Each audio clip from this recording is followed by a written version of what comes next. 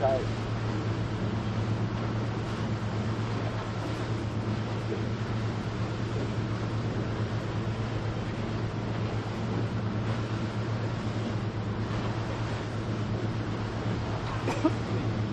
Hello folks, and welcome back. It's Saturday afternoon. It's approaching 4 o'clock in the afternoon down here, and we're heading out with our little camera cat group with Mark Healy and Warwick Brooklyn to cover off race 6 of the JJ 2015.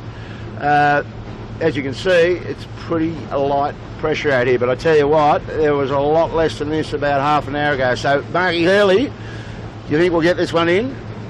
Well, I think we'll get it in, but I think the one thing's for sure, it could be a long afternoon for everybody on the race course, but that's fine. What we're here to do, sail a big regatta. We've done 5 races so far, just 2 to come. Yesterday was a day off, a lay day here in Sydney.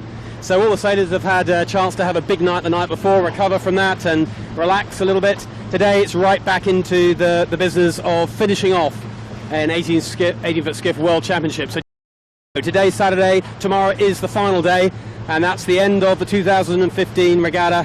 We put it all away for another year, and so far a bunch of different stories. The key story, all those of you who have followed it, is of course the dominance. I've got to love it, 7, 4 wins, and 1 is a pretty extraordinary scorecard by anyone's standards, and most of those wins were pretty comfortable, in truth be known. But last race 2 days ago, they didn't have their own way at all. Thurlow Fisher were the runaway winners, never really threatened by anyone. So maybe things are going to be mixed up, and today, if there is a mix-up possibility, well, the weather we've got in front of us, it is 8 knots, maybe 9 knots, 10 knots. It's humid, it's 20 degrees here in Sydney.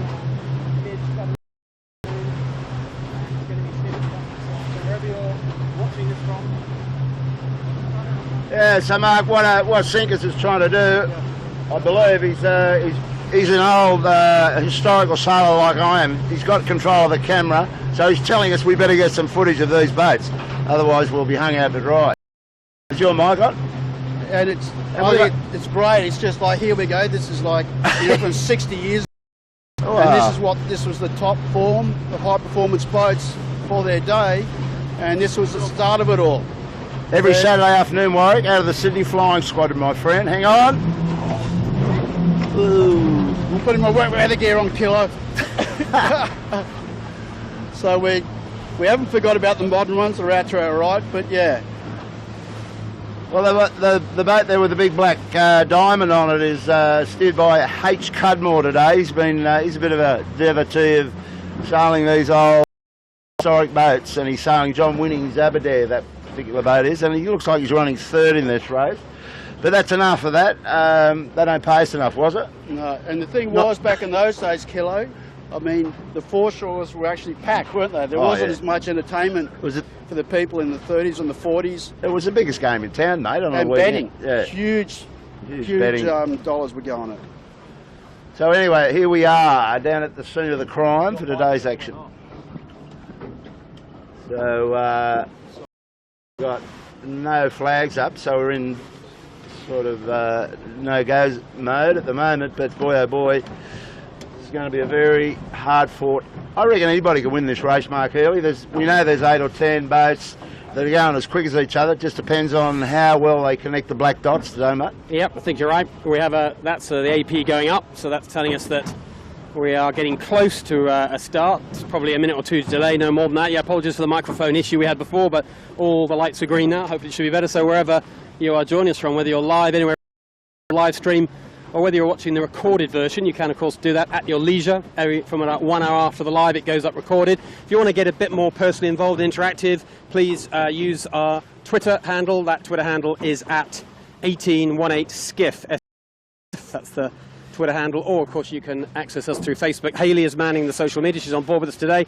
Hayley, your guys won last time, didn't they? 2 days ago. What's the mood in the Thurlow Fisher camp? It's nice having a spy in the camp, isn't it? We've got one here. What's the story with Thurlow Fisher? What's going on? They are a lot happier. I think they've had a little boost in confidence, and they were definitely smiling at the rag on Thursday night. So that's all good news, isn't it? Everybody's friendly. It is. It makes my life a lot better when they win, let me tell you. Well, that's good news on the Hayley front. So anyway, if you want to talk to Hayley or talk to us or get us to ask a question or whatever, just feel free just to use your Twitter So out here, it's lumpy, isn't it? It's always going to be this Saturday afternoon. The race does start an hour later, always on a Saturday. So it's coming up for 4 o'clock local time here in Sydney. But it's still lumpy. It's still busy. Everywhere I look, there's just so many sailing boats and commercial traffic that is going to be a huge issue today. Well, I think it's definitely going to be an effect for the first part of this race. You know, we've got the Etzel fleet, a huge fleet in Sydney. They've got a mini regatta on, and they're going up to a top mark, which will be approximately where the 18-foot skiff top mark will be also. And as you said, you know, plenty of leisure boats, commercial boats. Saturday is traditionally the most crowded day on the harbour, the Sydney Harbour. So, yep, a few more little chicanes floating around and a bit exciting for us, hopefully. Talking about chicanes, Peter, can you just show us the pin end of the line? The pin end, assuming they're going to leave the buoy there, that makes the line very short, but it's also alongside a large piece of metal. Oh, look at that, look at that. That is saying keep away from the pin. That's the pin, that's the buoy. That metal thing is a mooring buoy, isn't it, or some kind of navigation buoy. But either way around, that line is, it's at least a third shorter than we've ever seen so far. This is a properly short line. Big bit of metal out there. That's going to, I don't know, that's going to influence things. Mark, it's a perfect spectator positioning opportunity. You could probably get 8 people on there with a little bar set up. Yeah, it'd be good, Kilo. we could drop a couple off and pick them up the next lap. Take on the island. It might be like the old days. I might drop a crew member off if it goes real soft and pick him up the next lap. But this has become a bit more like rollerball, you know. We've got those chicanes on the Norreys course. We've got don't hit the pin because you're going to break your boat. Submarine practice would be good. So we'll be going into a sequence very shortly. So the other thing I'd just let the folks know, we've got Tommy Quigley on board, son of Stephen Quigley, director of the club and won a Giltinan in his day. This is part of the new group of generation of young'uns coming on. We've got Ashland Rookland, son of Wazza, sitting out the back as well. So we might have a chat to them later and see what their expectations are, or their ideas about this class and what it offers them as young colts. So what we're really saying is to the two nippers, you better watch the race. Look at your mobile phones and check out something from last. Stay on point. We're going to ask you some questions. You'll know more about it now. So you guys have got hope. We have a little match going into. Is it a battery issue, mate? No, I don't think it is. It's a connection issue. I think we're back. Sorry about that little microphone issue. Yeah, we'll be asking to current sailors in the skiff fleet. Because a long time ago, Bob, you were a sailor, and Warwick, you had a crack at it and won a bunch of races, but now we're going to have a couple of current sailors. We'll talk to them a little bit. For now, that was the 5-minute gun. Now, the other thing about the pin end of the line, just get out of the way of the camera, we saw that the pin end, which is close. It's a short line, that's for sure. It's looking pretty left bias at the moment, with little 4.5 minutes to go. The other thing is, if you do start on the end of the line and stay on starboard, towards the shore, and what's on the shore, there's that nightclub / bar called the Island. That's it. Which is quite notorious in Sydney. Notorious for mostly good reasons. There's a bunch of young their lives, let's just put it that way, who drink a bit of alcohol and have a great time on a floating bar, and they're going to watch this skiff race. Come straight at it.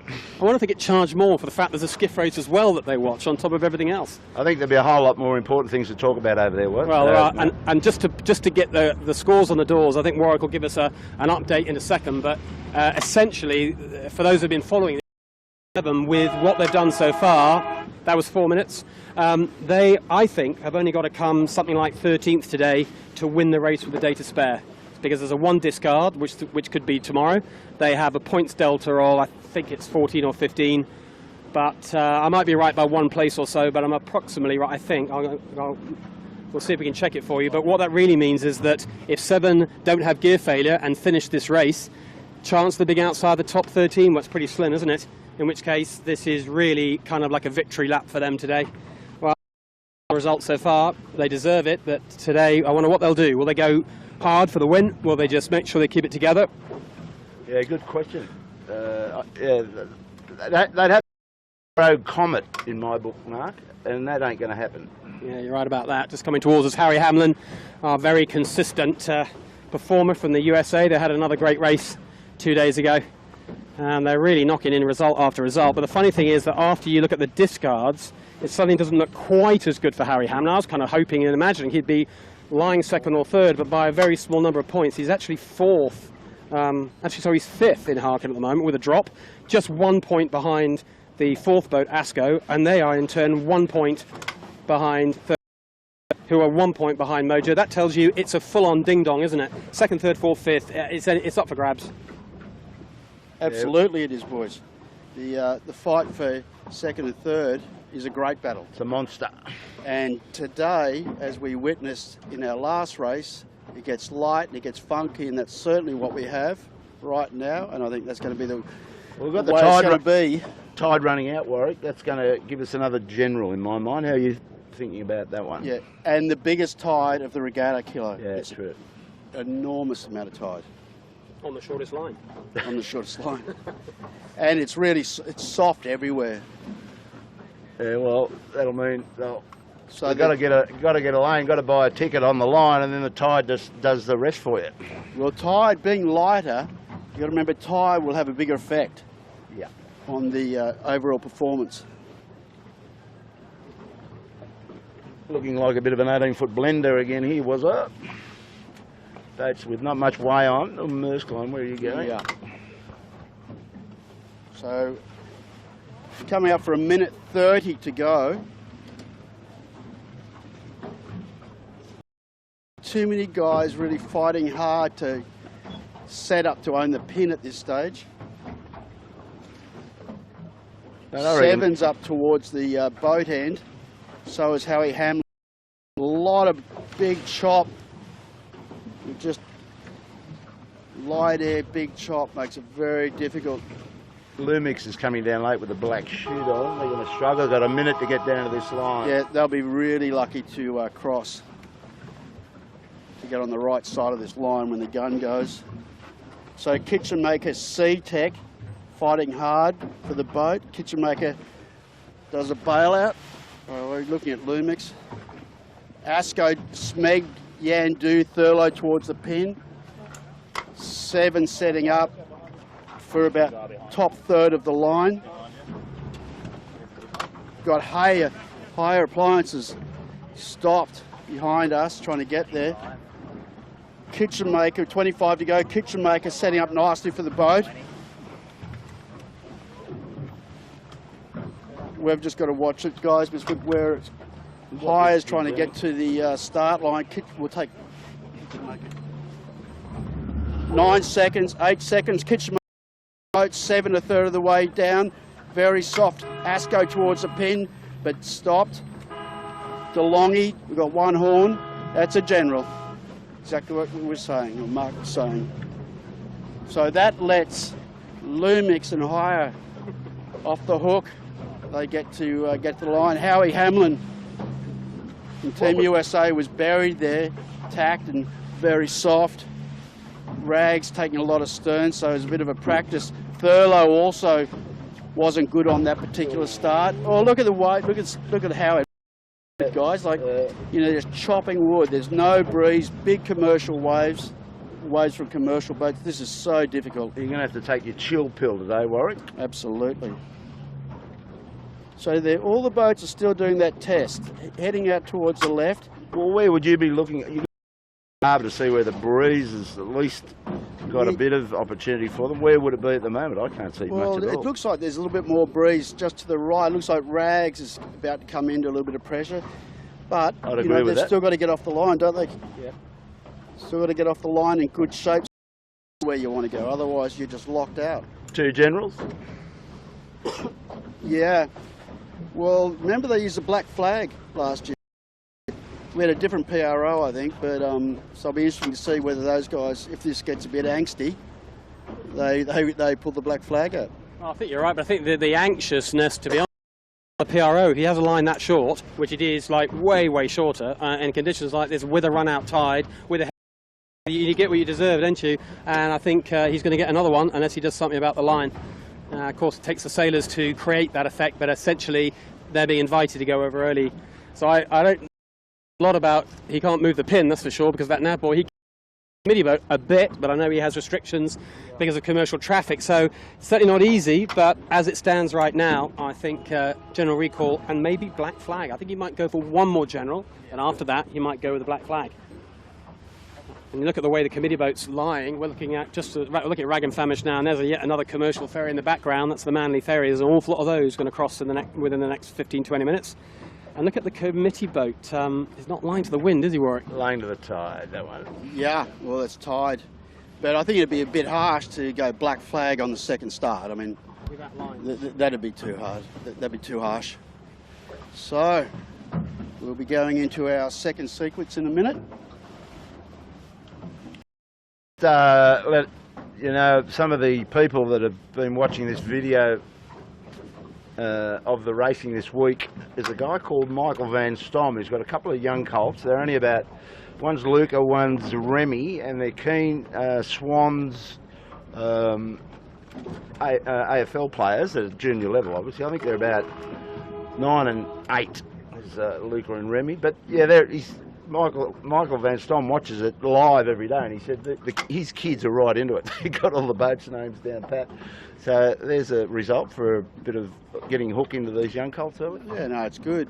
Well, it's interesting. You just don't know from where we sit what influence it actually has. You know, a lot of the younger people. It's a great coaching video, really. True. All of this stuff. You know, kids. You know, they're in flying 11s or 29ers, those sorts of things. Even the Yoppie kids are going to be stepping up to that just to watch the boat handling and the tactics. And so a lot of young fellas watching to come. We'll be sailing them, no doubt. Yeah, but it's good to get feedback. So any of you people that are getting some value out of it for your kids, it'd be good to get a tweet into Harley and let us know. We'll give you a shout out. We only want the good feedback, Kilo. Correct.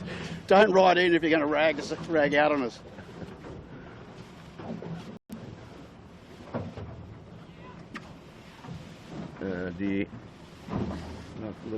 It's looking unremarkable. It's going to be tough.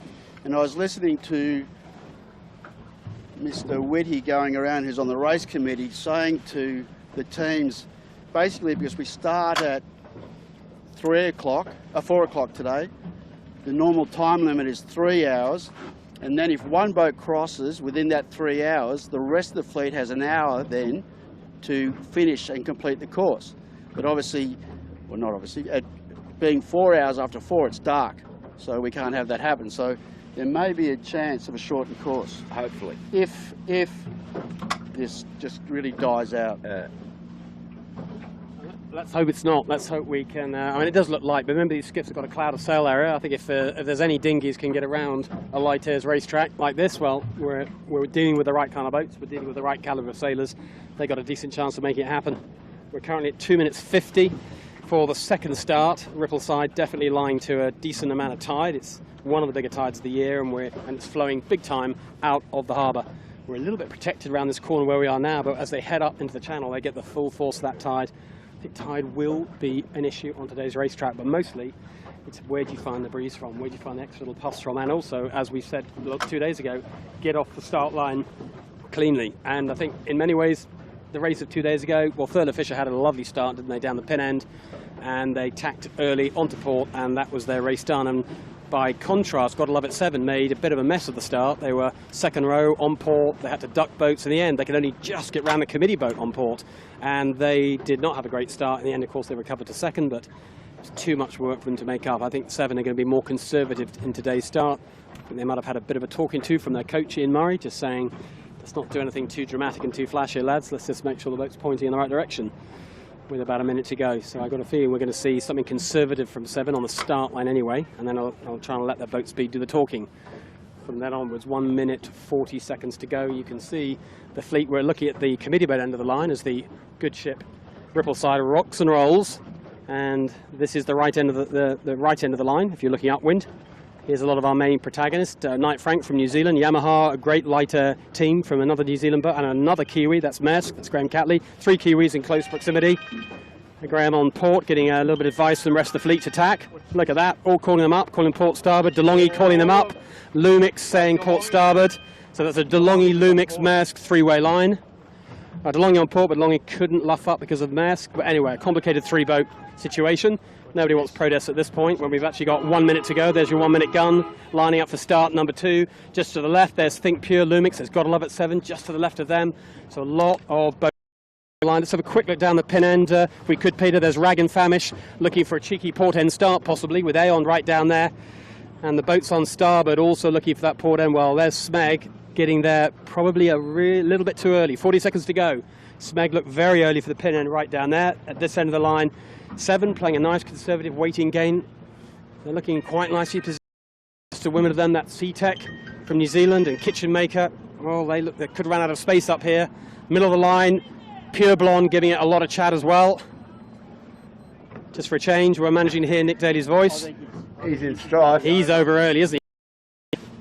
He's well and truly gone with 10 seconds to go. This is looking like a general again, unless it's just Think Pure. Is it just Nick Daly on Pure Blonde or over down the pin of the line? Compass Global Markets look good. Smeg looks like they've timed it beautifully. If this goes clean, Smeg are in great, or worse, Smeg over by an inch. Well, there's going to be at least 2 guns, surely. Yeah, now what about the 3rd gun? Ooh. I think it's an individual recall. 7 gets it. Oh, there's the 3. Oh, yeah, they man. couldn't call it. I thought Smeg might have absolutely pin end. 7 got out of jail. I wasn't watching them at Warwick. Did they manipulate that a little bit? Did they lucky break? What happened? Oh, look at these waves. Keegan York was over in my mind. He was over probably 5 seconds before. He was going all right up until the last 5 seconds.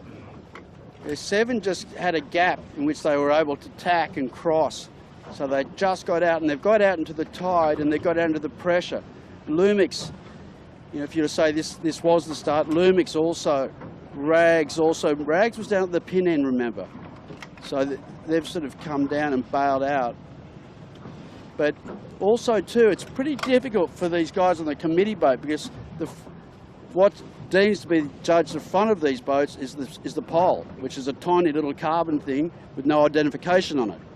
And so it's a tricky one for them to really pick it up. It's not like in a lot of one designs where you have bow numbers and they can be, you know, seen clearly.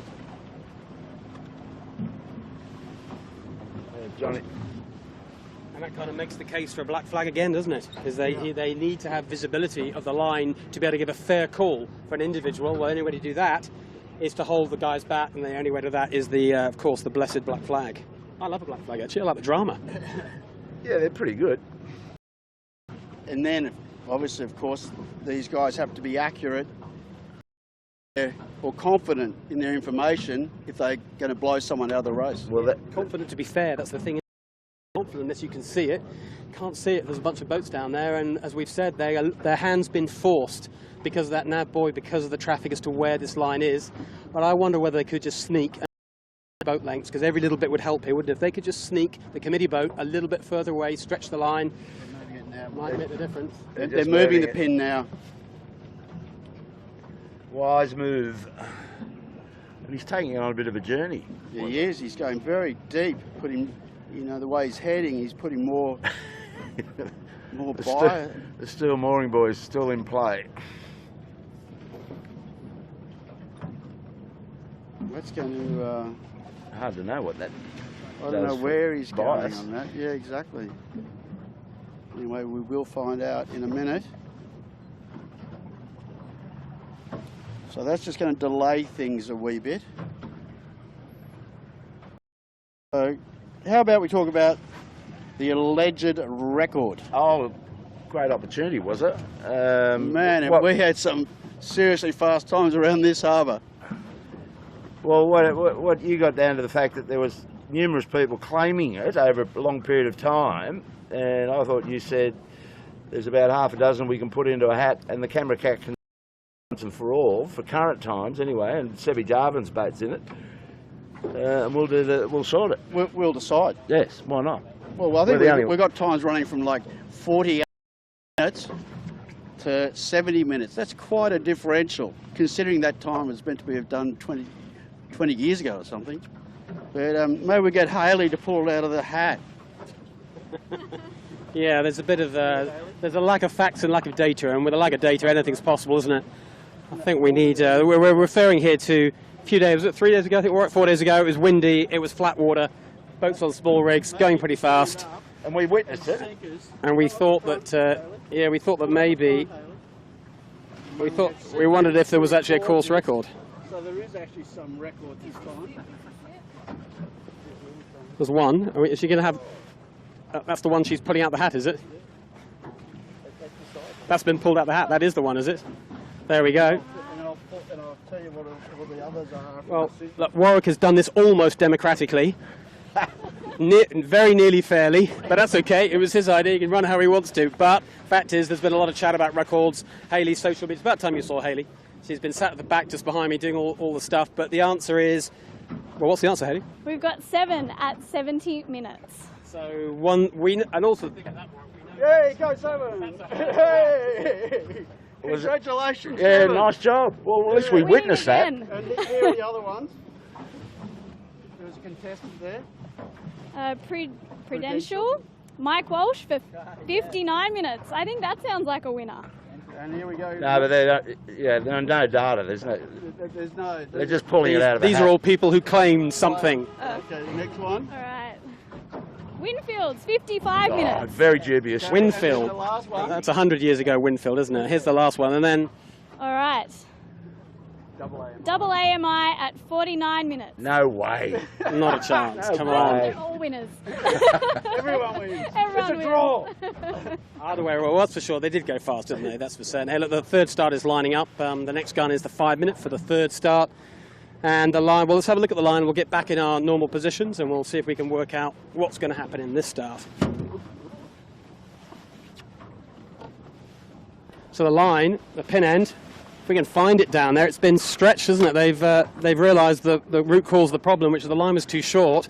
But the one thing they haven't done is remove that metal obstruction. So quite exciting. We talked about a chicane. Well, we've certainly got one.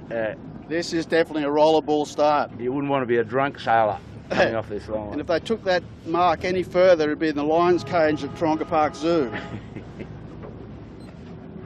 Okay, 5 minutes. So Sevy's having a good look at it. Yeah, and let's see whether a black flag appears.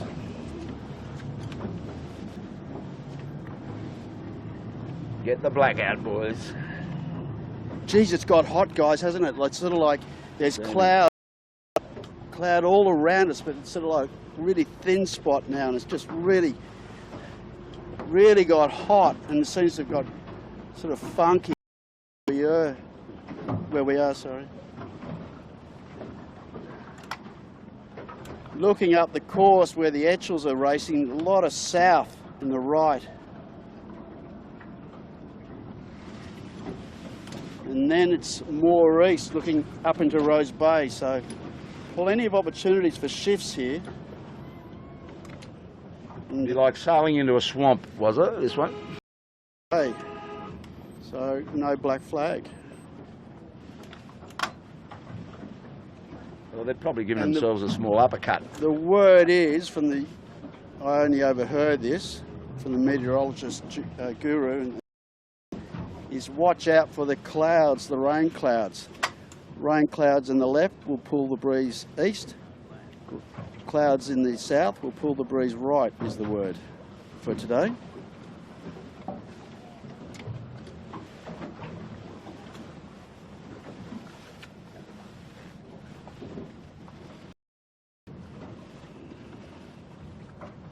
I'm not seeing a lot of love for the pin, boys.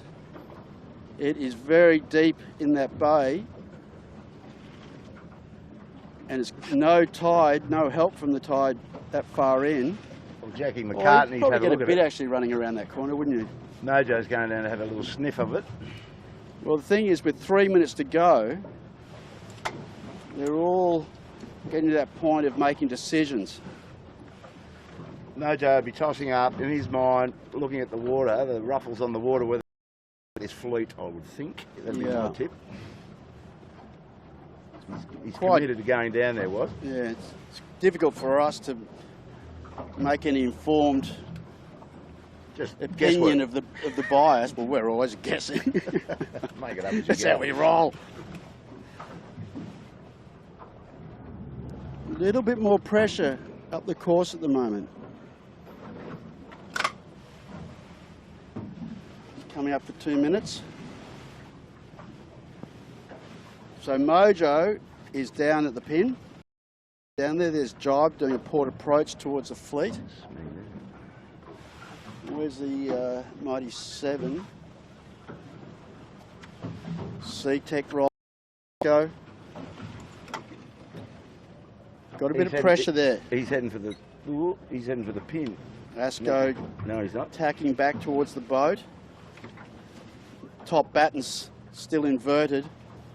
Doesn't help your speed.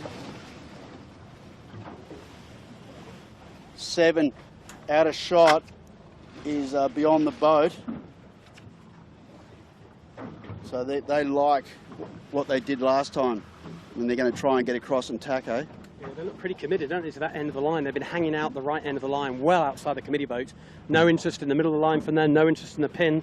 We just said the line has been changed. It is 30% longer or more, but as Warwick correctly identified, very few people like the real estate right down at the pin end. But the fact it's longer, well, it gives more options. It should be better. You're looking on camera now, it's got to love at 7 in pure.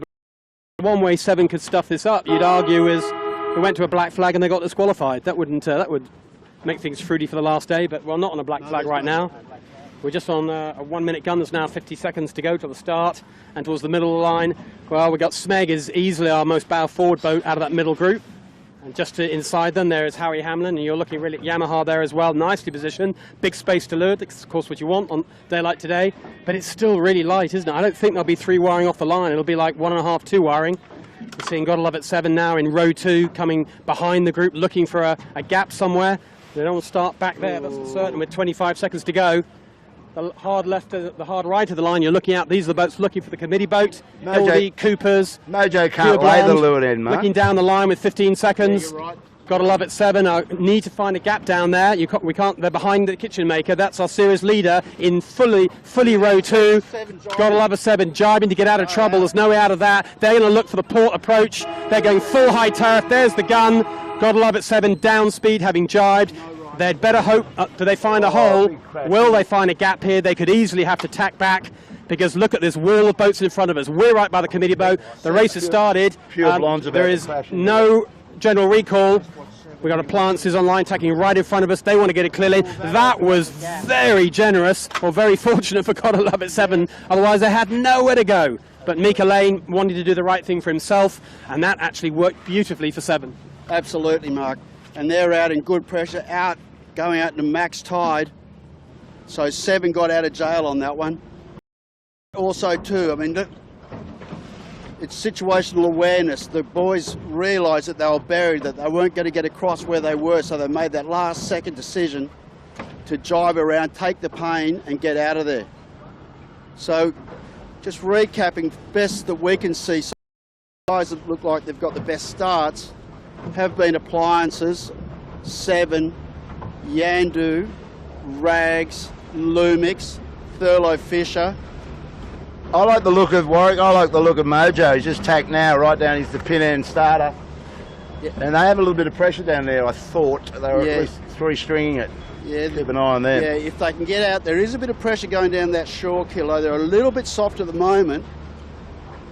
But yeah, if they can hook up, that line was so long, we can't tell where we are. We're going to have to wait for these guys to tack over. And so I think what we're going to see is the bulk of the fleet heading out to the right-hand side. Just to my eye at the moment, the actuals look a little bit bowed down from what they were before, just as an indicator. So the breeze not quite as much in the south, gone a little bit left at the moment. David Witt's gone right into the bricks off the island. Mate, he's going for a drink. Yeah, there's a very big spread, isn't there? We've got boats in the full hard left, the full hard right. But yeah, that was our series leader, pretty poor start. They were second row and they were almost dead in the water when the gun went. That's not what they wanted. Luckily, we had a little gap appear for them, which is fortunate. But anyway, out of the right-hand side, it's Planters Online, Gotta Love It 7 are the better of the right-hand boats, but they gave away a mile of bias. They will need a lot better breeze if they're going to come out of this looking good. From the left end of the line, the best of the lefties as really Mojo, DeLonghi, Asco, and the middle of the line was Thurlow Fisher. They did a very nice job. Very nice job indeed in the middle. Thurlow Fisher probably just sort of half and half. They got half the bias, didn't they? They got themselves on the port. That didn't work too badly at all. And here we're with Smeg. They wanted to push the hard left as much as they could, but they do look, they're going to need a massive lefty to come out of this looking good, but they've got pressure here, Warwick. Mojo very bowed down, went through some bad waves, risking getting down to C-Tex gas.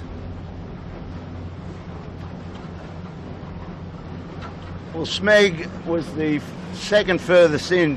Knight Frank went in behind the island. That's how much they wanted to push it. Entertainment value there for sure. But look at Whitty now. Been hammered. Mojo's had to tack out of there in soft air and does not look good to me.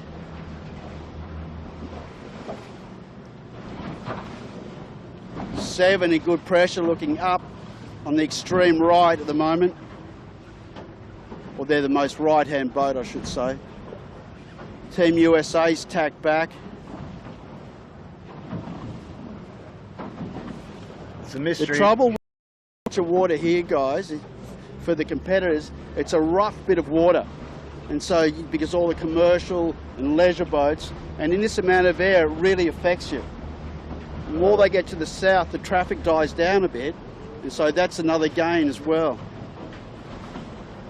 Well, Smeg's got his bow up. He's going to cross Howie at this point, so he'll be feeling pretty good about that. Howie's coming back to the head shore. Yeah, well, they're going to, that's the two approaches we normally see, isn't it? You sort of work that left-hand side off Bradley's and up towards Shark Island, and then there's the, try and get the right flick, the south, on the right-hand side. They're all pretty much getting, I would imagine, the same amount of tidal flow across this part of the race course.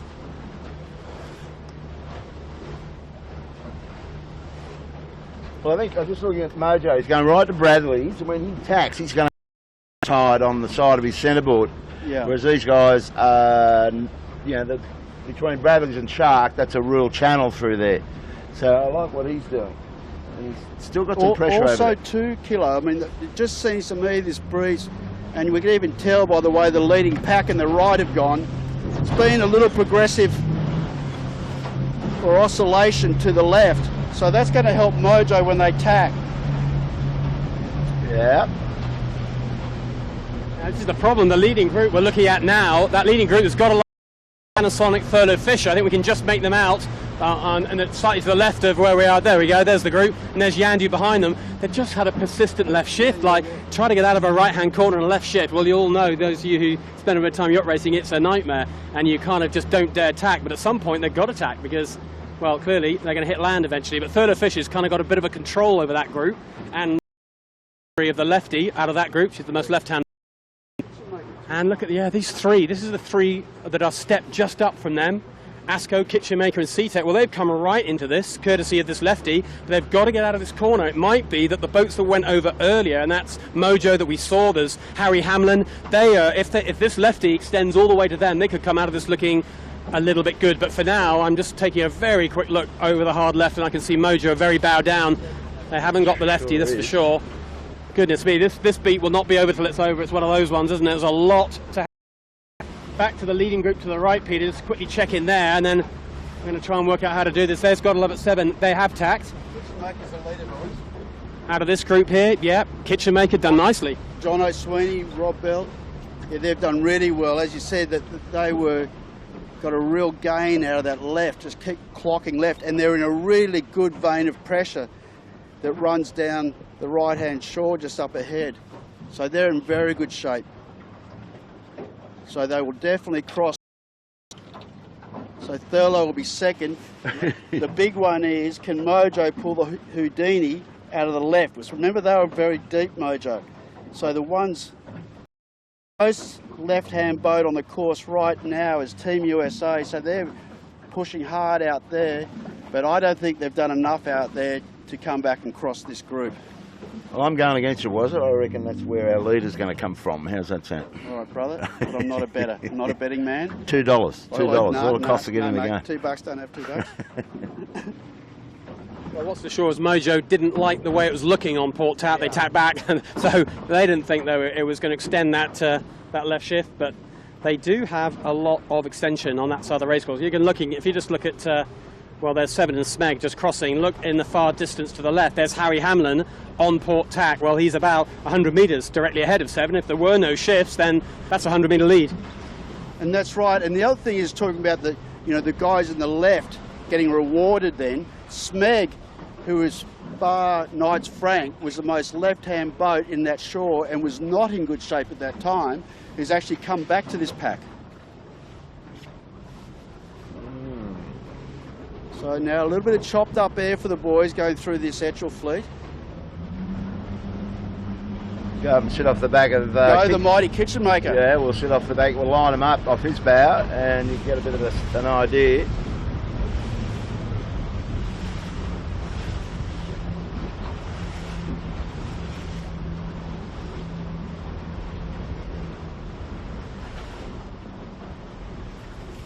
Peter Nicholson doing a good job of balancing the boat, stepping in and out, just reading the waves. Wow. And the pressure.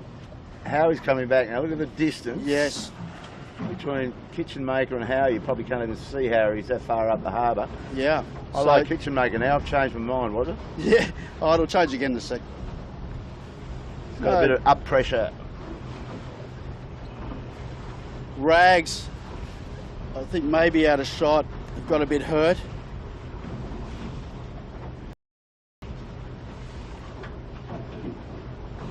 So now the fleet coming back to converge with one another. Left. No, I'm going back. Right. I'm going back with Mojo again now. Look at this. No, absolutely. Let's look at. I think the closest boat coming out of the right is Compass, and Mojo's definitely across there, and so is Team USA. This is such a tricky course, this one. Well, they committed themselves. Napo and the boys, they went and hit Bradley's, as I was saying a while ago, and they tacked and got max tide. Bradley's and Shark. That's a much better squirt from the tide going across there. It hasn't hurt them at all. Yeah, and when that breeze went left, they've been able to come back at a good angle. I mean, they're clearly the leader, Mojo, aren't they? Yep, right now. And how second. Amazing.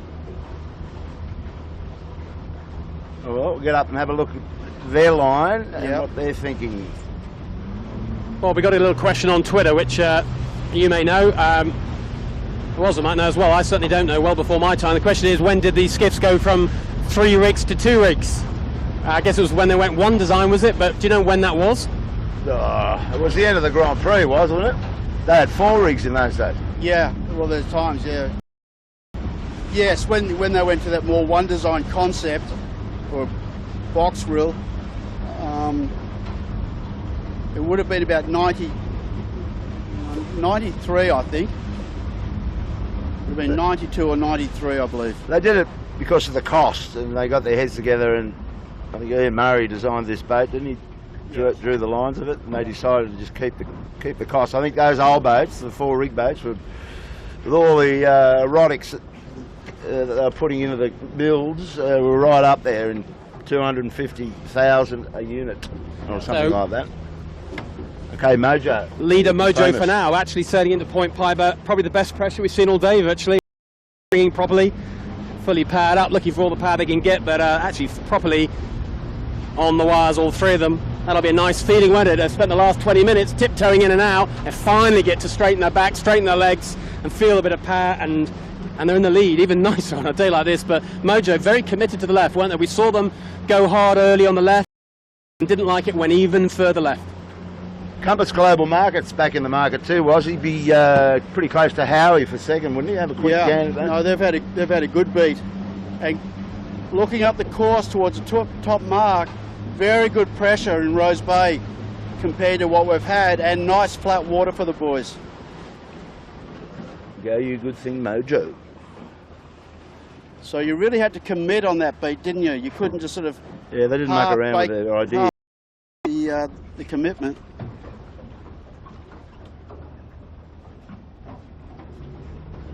Ooh, Howie's going to do some surfing. Howie will cross Asco.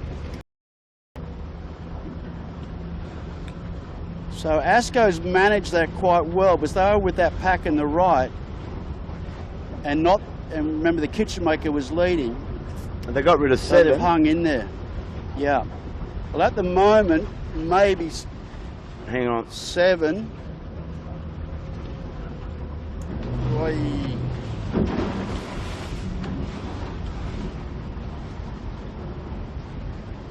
They might be 7th place, our series leader. And this is the luxury of for Mojo, as we witnessed yesterday. The leader with a nice little break gets a shoot on and goes, see you later, boys. Yeah, could well do.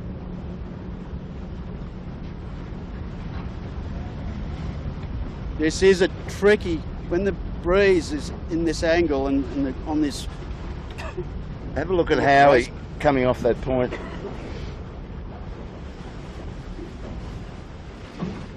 So many ups and downs on this course. Howie's on lay and he's on starboard.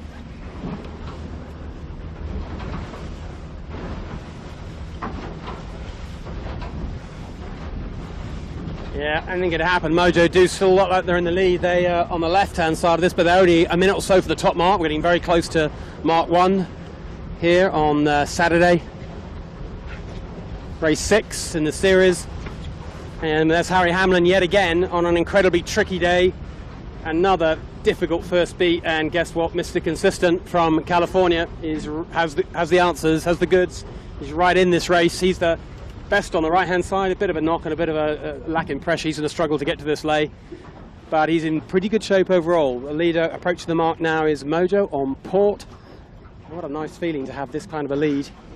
But a long way to go in this race. They've got to go back across that busy traffic zone where the breeze is lighter than you want. There's way more wash than you want.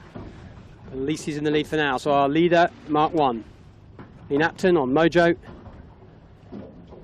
Around he goes very smoothly. Second round, not far at all behind. A little bit of a righty at the end there. That helped Harry.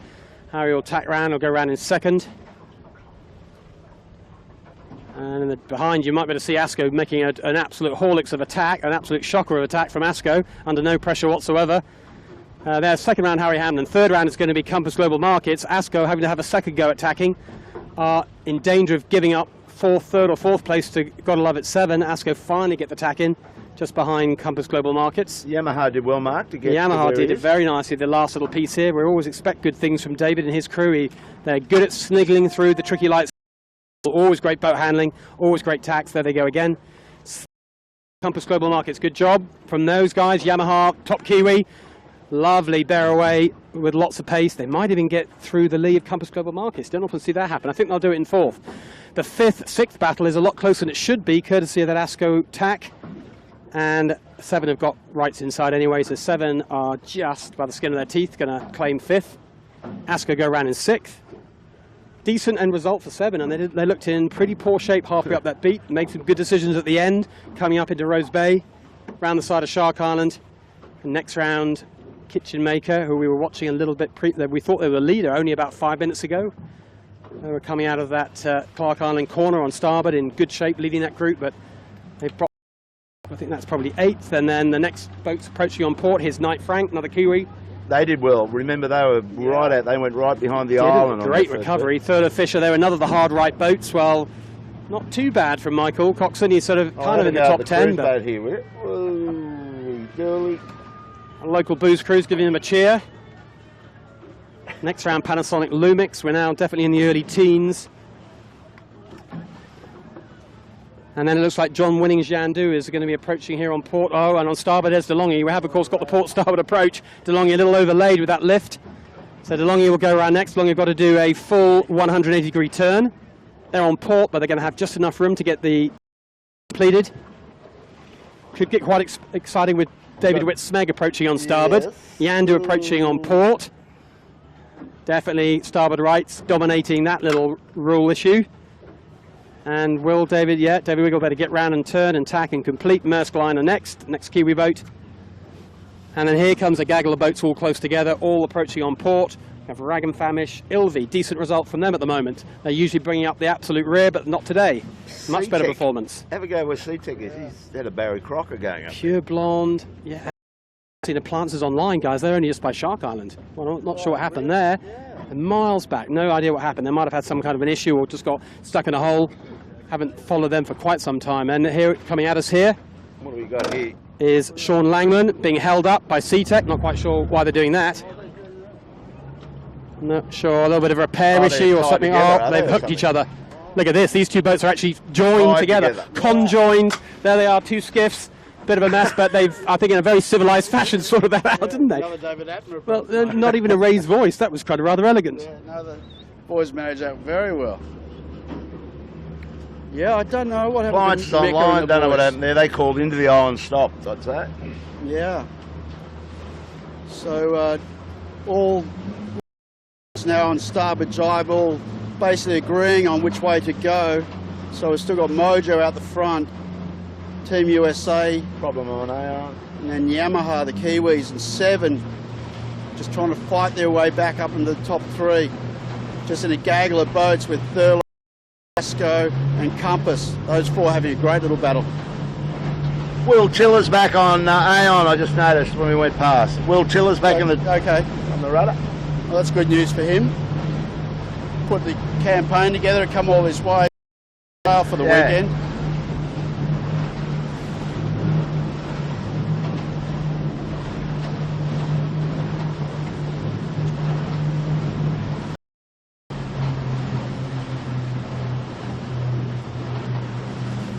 Just on camera here, here's that sort of the group who are trying to chase down the leaders. Michael Coxon making very good inroads already. He has joined that ASCO Kitchenmaker group. He's off the back of them, well off the back of them at the mark rounding, but they've got down this first part of the run in terrific shape. Out to the right, there's Compass Global Markets and 7, not looking quite so good on that side of the run. Of course, the upwind, we saw how many holes there were and how many ships, and you get just as much downwind. There's just as much to play for downwind. This is not follow my leader time at all, is it? Everybody's hunting out the puffs, the shifts, the tide. It's all on here. This is the first downwind leg. We've got an awful lot more racing in front of us today. And at this point in time, the leader's not that far gone. This is still a race by probably at least the top 10 at the moment. They've all got a shot at this point. And the thing is, guys, remember they have to go around that mark off Clark Island this time. It's a triangular component of this course. Mojo looks like he might have overcooked it. Exactly. For sure. But at least he's clear of that doldrum off Point Piper, so that's probably what he was angling for. But Be interesting when we get behind them to see, but I mean, Team USA look to be on a better lay, but even they're really pushing hard. See 7 drives slightly inside that line. If they get a big increase in pressure, they'll have to knock their chutes off to get round this, round the mark. Mojo's aiming at it at this point. Yeah, so just that's good. on it. With the main ease, so you can tell that they're fully pressed. So now Howie's, Dan Phillips has just gone into the middle of the boat. So Mojo, by the looks of things, will get away with that. Gentlemen, there's a big cruise ship coming up the harbour. That'll split them up a bit on the way down. We've got to get their eyes out of their boat to have a look at that thing and take it on board. Their strategy of getting down there, because you wouldn't want to get pinned out on that thing. Well, I think that's one thing that you won't miss, given it's probably about 200 feet high. You certainly wouldn't want to get stuck below it, would you? So Mojo's got over Howie's line. He's worked his way up. Yeah, I think actually, I mean, the gap was 18 seconds at the top mark between Mojo and USA, Park and USA. I think those boys have closed the gap to Mojo. For sure. Well, the P&O boat continues to come our way, and it's got a clearance boat, a Port Authority boat. You're not allowed to cross in front of the P&O liner, otherwise you'll get a ticket. That could be interesting. He's chucked and he sees all these boats coming down. Yeah, well, I think they'll be all right, Yeah, he might get through. All right, it's gone soft again. As we get to the mark now, Mojo looking for depth. How quickly this changes. Put a jibe in now and he can come back. Well, you see Thurlow's just a little bit to the left. They've jibed to come back really soft and sick. Moment, depending on the lay, I think Howie will just be patient. They'll just sort of jibe with Mojo probably. Mojo's got a sneeze of breeze. Yeah, exactly. A little bit of pressure just off Clark Island. You can see it a little bit further up in Double Bay. I tell you who's done pretty good, I think made a bit of a gain. Yamaha? Ah, Yandu.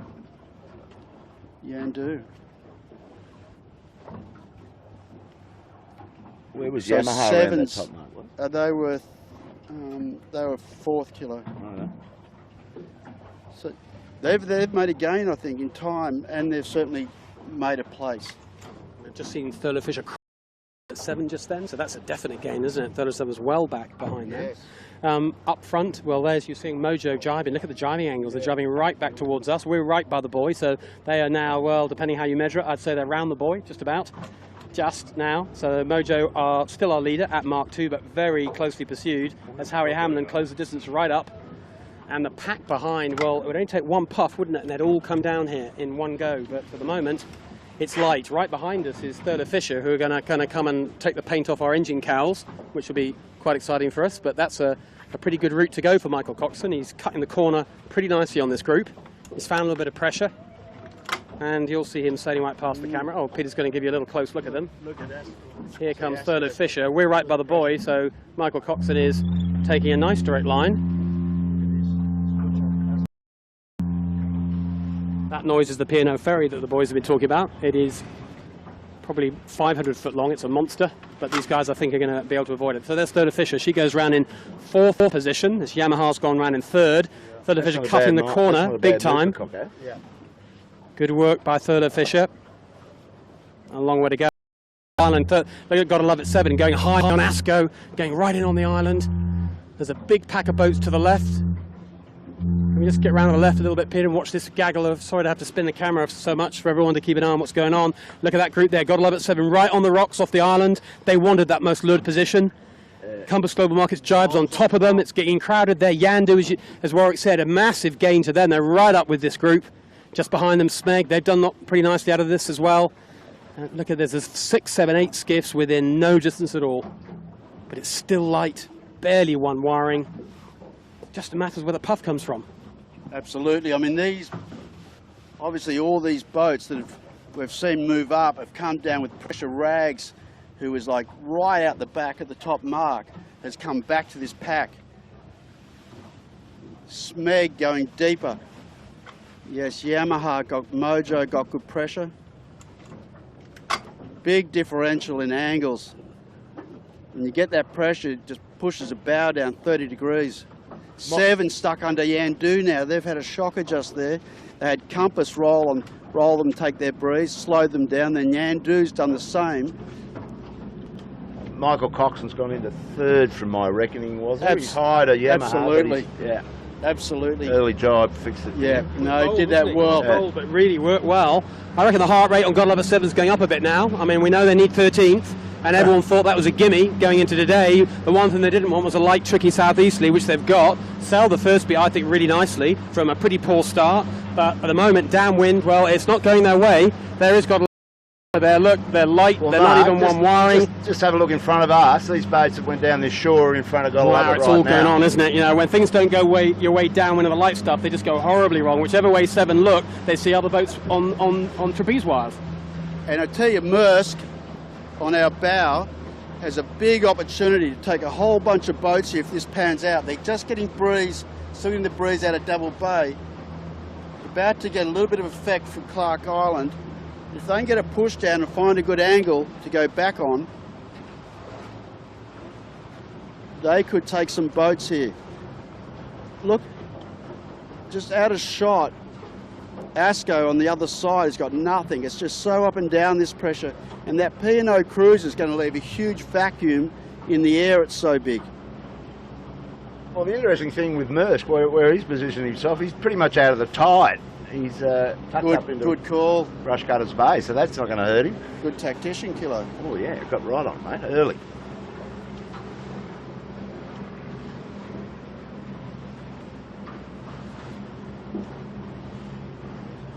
Merce should go right to the naval base here. What's that place called? Garden Island. That wouldn't hurt him. No. He's still got okay pressure. But he's doing the big splitto from the fleet. Big Why not? Big wild cut. Have a shot at it. Okay, Seven's now out of shot, has got pressure back on that group, but he's having to go underneath Yandu, which is not good. In fact, right now he's just hit the brakes again because of having to do that. Now Merce jives, and so in a couple of minutes' time we'll get a clear indication of whether that's worked for them, guys. I'll tell you what, was it? Thurlow is now in third place, and he'll have a bone in his teeth if you look across there, because he knows he's got another 2 laps of this course. He's got a nice little break on the rest of the pack there. He's got, I think he believes he can get to those leaders. Yeah, and also too, what's interesting, guys, is Mojo, Team USA Harkin and Thurlow are all fighting for the podium. Funny, isn't it, how they all went up at the front? Hey, look, the other thing is, without trying to sort of create a drama where there may not be one, right now, Scott Love at 7 are actually in 16th. They have to get 13th to win, which everyone thought was just beyond even a question. I know there's a long way to go and all that, but I've also got a feeling that, well, we don't know. We've never seen Southern actually under any genuine pressure for the last 5 years. They win every race. Well, a little bit of pressure of their own making today. I'm sure they'll find a way through it, but at this point in time, I think there'll be a few questions on board the boat. But just back to that thing about the skiffs and 2 rigs and 3 rigs, we've got a bit of input from Twitter, which you'd think would be clear, except we've got 2 different answers from 2 other people. So, I mean, come on, lads, if you've got a PC and Google in front of you, surely you can work this out. But thanks for Angus Roxburgh and Tim Clarkson for coming back to us, except you guys disagree by about 5 years. So Angus is saying it was 87, Tim's saying it was 94, closer to where Warwick thought it was.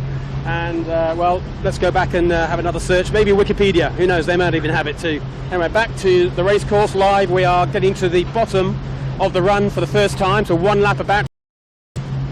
There's an awfully big spread of boats, and I can see at the front it's still Mojo and Harry Hamlin and Thurlow Fisher, Yamaha, Lumix, that's our top 5. Behind them is Whitty's pulled into this front section of the race somehow. In front of Asco. And Asco, who just looked quick again. I think upwind, we talked about how well they did. I think they're quick. I think they were quick 2 days ago. I think they're staying quick in this light stuff, but looking further back, we'll sit at this mark and give you all the points as they come down to us. But crikey, our series leader, he's a long way back. And I'll tell you something else, guys. I reckon we're big chance for a lead change here for first place. Harkin, Team USA, is on a really low line, not quite on lay. He could get hung out over there, right? Yeah, Mojo is 150 metres to weather, not that much bow forward in softer air. So big chance for a lead change, and I tell you what, my feeling is that Team USA will do it, and I think Thurlow will move to second here. And as you said before, Kilo, they're in maximum tide out there. Yeah. This is what we call the Andy Budgeon rounding, isn't it, Kilo? Yeah. Can we remember which way round it is at this point? We're trying to, because 2 different courses use the buoy down here and there's a different way around. And Andy Budgeon famously about 5 years ago, leading by a long way, went round the mark the wrong way. He led by had to 2 double knots. Back, and I've never let him forget it, I'm glad to say. It's a starboard hand rounding, boys. And nor you should. The old Budgie deserves it. But now Mojo, and we are witnessing the change for the lead. Team USA, Harkin, goes into the lead. Now the thing is here, can Mojo get there before... Okay, well here we go. It's a right-hand rounding, which makes sense when you think about the string. Now Thurlow inside overlap on Mojo, but Mojo coming in faster. But I don't think they've got enough speed to punch around the front of Thurlow. Yamaha's close up. This is really close up. Look, Lumix is back in this game. Lumix. Big time. Come on, get down, brother. So nothing in this. Mojo being punched out wide. Yamaha goes inside Mojo. So Team USA first, Thurlow second, Yamaha third, Lumix. Come on, boys, don't lose it. Oh, what? Halyard's jammed. And there's pressure. Okay, now they've held together. There's a bit of pressure coming down here for Thurlow, Mojo, Yamaha. Yes. With these. And at the moment, if Mojo tack, they're just crossed Lumix, I think. So Asco's moved up. Knight Frank moved forward big time. So let's just recap and have a look at where 7 is now. Well, look where Mursk ended up, was it? He's in front of Johnny Winning. Yeah. And he was way behind, and right? He's in front of 7. Yeah, that's right. 7's just couldn't pull a trick on that run. They were always stuck under someone else. They just weren't getting any pressure, couldn't escape. They were just locked in. Yeah, they made that big commitment to get tight under Clark on. Remember that they did that big course change? That has proved to be a very expensive error. And they got themselves caught the wrong side. I reckon Asco was ran in 6th, I think, which means 7th is Knight Frank, 8th is Kitchenmaker, 9 Global Markets, 10 Maersk, 11 Cooper, probably maybe 12. God love it, 7 could be 12th or 13th, near the magic 13 they need. The other thing which just happened just there, Harry Hamlin, the one boat to tack away to go up the right-hand side of this beat, completely splitting from everyone else. And I have to say, they executed an absolutely sensational roll tack in light conditions. There's a reason why he's been consistent, isn't he? He's got some speed, but the boat handling is just delightful to watch. You know, under pressure there with boats around him, they tacked into a vacuum. The boat was perfectly tacked. So here comes John Winning's Yandu. Next one in. These are all fairly conventional roundings with Maersk just inside him. And look at this on Yandu. Jimmy Beck's not there. Noddy's in the back. So there's been a crew change on that boat. I think there's a wedding. I think someone mentioned there's a wedding that Jimmy had to go to. I think Yandu in 10th, is my guess. 11th is Maersk, 12th is Pure Blonde, 12th is Cooper. 7 got themselves on the outside of a whole gaggle of boats. 7 trying to call rights on DeLonghi, where they've got water. As long as they make sure they don't drift out of 3 boat lengths, they've still got it. Rag making a bit of a mess of getting round there, but they're going to have the inside line. Oh, Smeg goes inside DeLonghi. I don't know whether they had any rights there, but they turned the boat. Call of a protest from DeLonghi onto Smeg. Next round is C-Tech. They've had a bad run, haven't they? Yeah. Well, they were tied together with Sean Langman up the top, remember? So they've still got bungee cord on them because Sean's together. These boats are so close together here. Look, what have we got? 15 skiffs in the space of 30 seconds. Look at the tide on the plants online, moving the boat right to left. It's hardly around the buoy, isn't it? They all get slid sideways. Yeah. And, you know, major time. And the other thing, too, is when you get so many boats down here, particularly in light air, the breeze just gets sucked out of the vicinity of the bottom mark, which makes it really tough. Trying to get the washing still down. Going upwind with it. Imagine not. Yeah. Well, it's that pressure. Well, he threw it in there. Hail Mary style. Yeah, so 7 is now plenty of yelling going on near the point there. Who's over there? DeLonghi. No guesses. No pride. Sure, blonde. We don't need Peter's camera pointing at them to know who it is. All right, so this has gone all soft again, hasn't it? Not just from the vacuum effect, but it actually has gone softer. We'll get up and have a look at Howie. And look at this big split. Howie just, as Mark said, just committed to the right straight away, basically. And we've got the next pack with Mojo and that lot are hard into the left.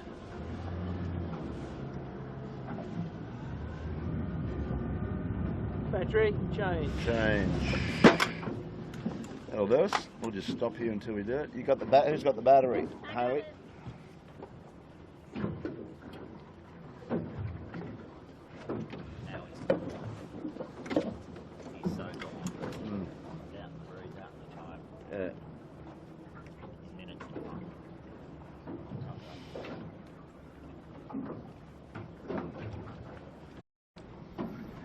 Give us one of those other ones.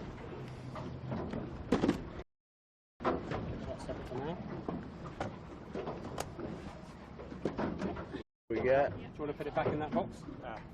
It's technically new. This is a used one. We'll do. Put them in this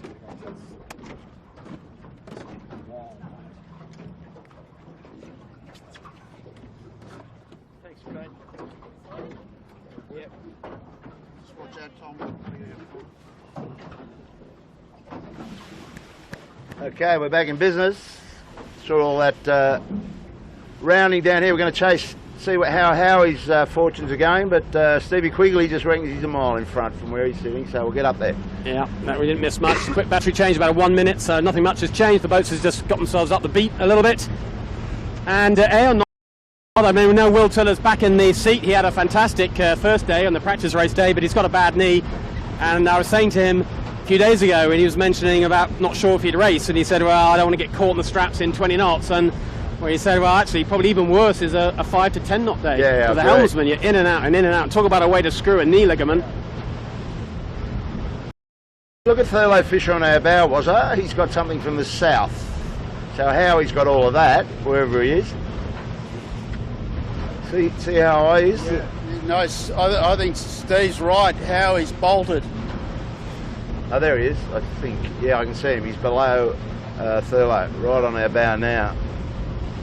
And 7, which is actually in shot, I believe, is taking the stern of Maersk. So they have to pull out something big to get into single numbers, I think. I think they're about 12th place at the bottom. Big story. Yandu is actually closed up to 7, from my memory. And it's just gone a little bit cooler again, hasn't it, guys? Yeah. There's been a little change going on. That little bit of a cloud band coming into play. That's what you were talking about earlier, wasn't it? The cloud from the south. Yeah.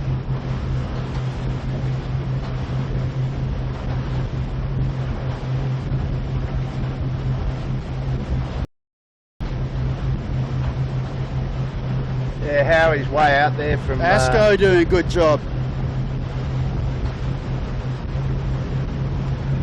So Asco's hanging in there in the top 5. Mojo, who was a leader of our race, which is out of shot at the moment. Under Bradley's. Yeah, but maybe Peter, if he can come around to the left and pick up Mojo off the point down at Bradley's head, you can see down. how much. Have it in shot in a second. And there they are now. They have lost a truckload of time and distance to the leaders in the first third of this beat. Amazing how much things can change on this course. Yeah, and remember that whole calculation about 7 needing to be 13th is only if Mojo win, and if anyone else wins, then that 13 can be less and less and less of a differential. So it gets better and better news. Different computation. But better the 7 if Mojo don't win. Better and better. So Mojo's had to go back again. yeah, Mojo's not going well for them at the moment, is it? But it's a tricky old day. That's why he did the first beat though, Mark. He persevered with that side, so he's banking those dollars over. Yeah, you're right. He's got a very pleasant memory of that corner. Yeah. So it's going back for a little bit more action, and no doubt 7 are wanting to come over this way, so they're kind of in the middle of the race course, trying to switch from hard right to hard left. The leading group right now is yet another ferry comes piling by at 20 knots, throwing up a whole lot of wash. Well, the leading group, this is the look over to the right-hand side. His Yamaha and Thurlow Fisher, they're currently lying in 2nd and 3rd place. Really nice job by both of these guys. Have made great inroads following that first beat. We talked about Thurlow Fisher, but Yamaha just the same. They nailed that downwind, didn't they? They knew exactly what they're up to. They always look quick. I think Asco and Yamaha, to me, are the two boats that look really quick. Maybe not always going the right way, but just looking fast through the water. There's both Thurlow and Yamaha tack in unison, so that must have been a clear shift. Both choosing the same moment, both giving each other a little bit of space. Probably not a bad thing here, Warwick. Yeah, just work together. I mean, they're trying to get up to the guy in front, which is Howie Hamlin and his team. So you don't want to be squabbling with each other and driving yourselves back at this point. You need to work together. It's the old NASCAR drafting, mate. There he is. Howie Hamlin, Dan Phillips and Skip McCormick doing a great little job here, connecting the black dots. Saturday afternoon. JJ Giltinan 2015. Go you good thing. Dan was saying yesterday what a incredibly calm atmosphere there is on board the boat. He said there hasn't been a single raised voice yet after 6 days. This was 2 days ago, and you can believe it. It looks like a kind of happy, calm crew who are kind of got that slight cliche. It look like they trust each other a bit. Yeah, they got in terms of what they're doing. Nice. They got the full race face on. They have got the race face for sure. They're pretty good in all sorts of conditions. There's a lot of experience, not just talking about Harry being the oldest guy in the fleet, but Dan's won a bunch of races, and Skip is normally a helmsman in a skiff, and I think that's no bad thing for a bowman. He knows exactly what his helmsman's trying to do. I think it works well, doesn't it, having helmsman rotating up through the boat? Well, I think, you know, if you've got the skill sets and you've got the capacity to get sail in different positions, you get a clear understanding sometimes of what the other guys are going through. But he's a big boy, strong boy, and he's obviously got good balance, being Skip talking about. But yeah, and it's been, conditions-wise, it's probably been a really good regatta for them, hasn't it? Well, he's going into this area that I call the dark Shark and Point Piper now. Yep. He's getting a bit light in his bow down. You've got Yamaha who's bow up on his hip. Was it? Have a little gander at that one. Yeah. And that's what happens in here. Yeah. So this lead is hard to defend. Not to fall. Absolutely, Kilo. And looking directly upwind towards the top mark into Rose Bay, there's not as much pressure as we had the first time. So it's definitely gone a little bit softer. One thing that's helping the fleet is it's getting later in the day, coming up to 5 p.m. or 15 minutes to go to 5 p.m. So the harbour starts to clean up a bit as everyone starts to head home from their day out. But amazing when we consider how close everybody was at the bottom mark there, the separation now. It's sort of blown up a bit on this beat, hasn't it? It's huge, isn't it? But it's not the look over your shoulder too often, because you can get pretty depressed by boats around you doing what looked like famously well, the next minute they don't. And the end result, there's Harry Hamlin's guys just heading off to the left, very committed. They got real clarity on what they want to do.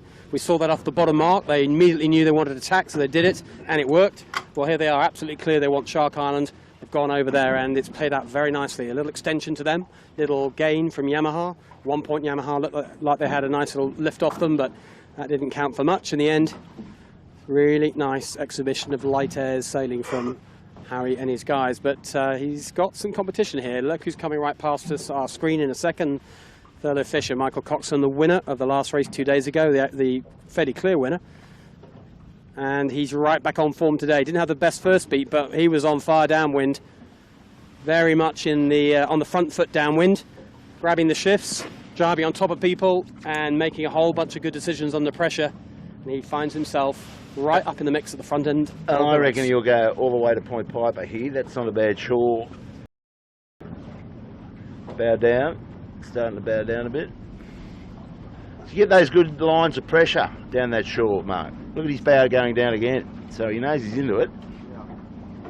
It'd be nice to have a mic on board one of these boats, wouldn't it now? Just to listen to the chat, because it's great listening to 3 really dialed in sailors and this stuff, just listening to the what ifs and the maybes, and it's fascinating to hear it, but it's calm on board both of them. Thurlow Fisher's the same. Yeah, You just get a sense, don't you? Look at his They're bow not panicking. now. No way. Look at his bow to Yamaha, was it? Yeah. All these guys at the top end, I believe, are calm operators, and as you said, Mark, you know, the dialogue going on board, you know, who's calling the breeze, you know, the conversation, or a little bit bowed down, you know, and then the decision-making processes.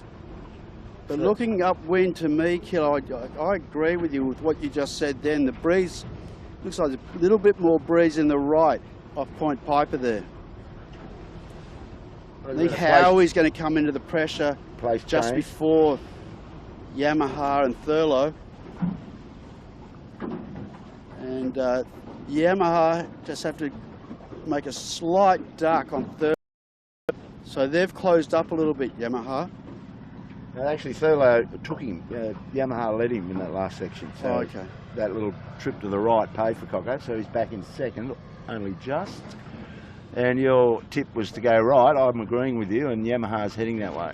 Yeah, well, Howie's just starting to get into pressure, like he's 2 strings. These guys are sort of 1.5 strings. But also too, I mean, it's, you know, these guys are obviously a lot more dialed in than we are in terms of what they're feeling on the boat. So you know, these three boats have jumped away from the chasers. Now he tacks. See how he tacks. He was just had a header there, and he'll sail into this next bit of pressure nicely. Well, he's got Yamaha going one way and Coco the other, so he's splitting it up the middle. Here goes Yamaha to come back. So. And a really nice roll tack on Yamaha. Boys, just pull it down, just give it a little burst out of the tack. These three boats, have got jumped away from the chasing pack. If you look over your shoulder, they've got a minute or so on it. Yeah. Okay, so out of shot, just to fill you in, Thurlow's pushed hard against Shark Island on the left. We've got these other two guys working the right now. It's exactly what you said, Kilo. I mean, Howie and the boys can't be covering two boats at once. So they've got to just keep chipping away, playing their own game. Go Coco, look at this one. That.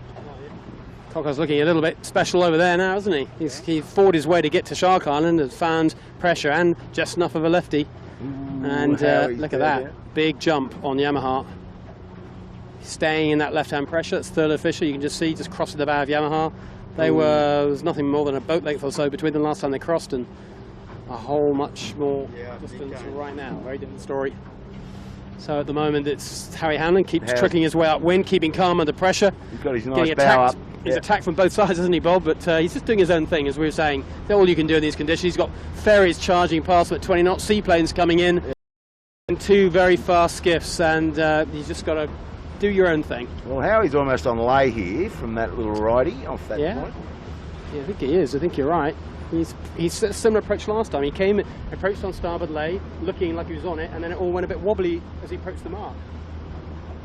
And what was interesting there was, you know, obviously Thurlow's done well in the left. Howie backed himself back into the right part way up, but Yamaha, who sort of went up the centre there, just didn't work for him, didn't it? You sort of had to side or the other.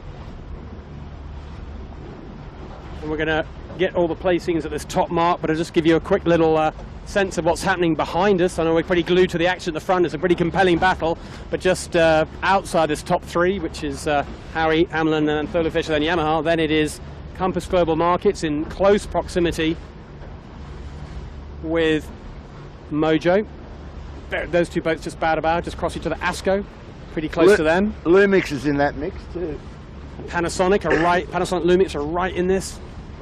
Pure Blonde and Seven are pretty close together. They're just outside the top 10, so it looks like Seven might have gone a little bit better the second half of this. Knight Frank's still in it, Kitchen Maker's still in it. So it's the same boats, and I just see John Winning's Yandu dropped a little bit off the back of that pack, but we're going to get accurate placings up here. They'll be up at this mark in about the next few minutes. Our leader is less than 30 seconds from rounding, so the top mark for the second time, 1.5 laps completed. Our leader, Howard Hamlin. Team Harkin-US of A. Here they go. Good boat handling test for Harry, full 180 turn. This time they go straight down, Mark, you remember? That's Straight another fantastic tack. Look at that, perfect angles out. Great job. Great job. Little half boat gain on most people in terms of how they go around that corner.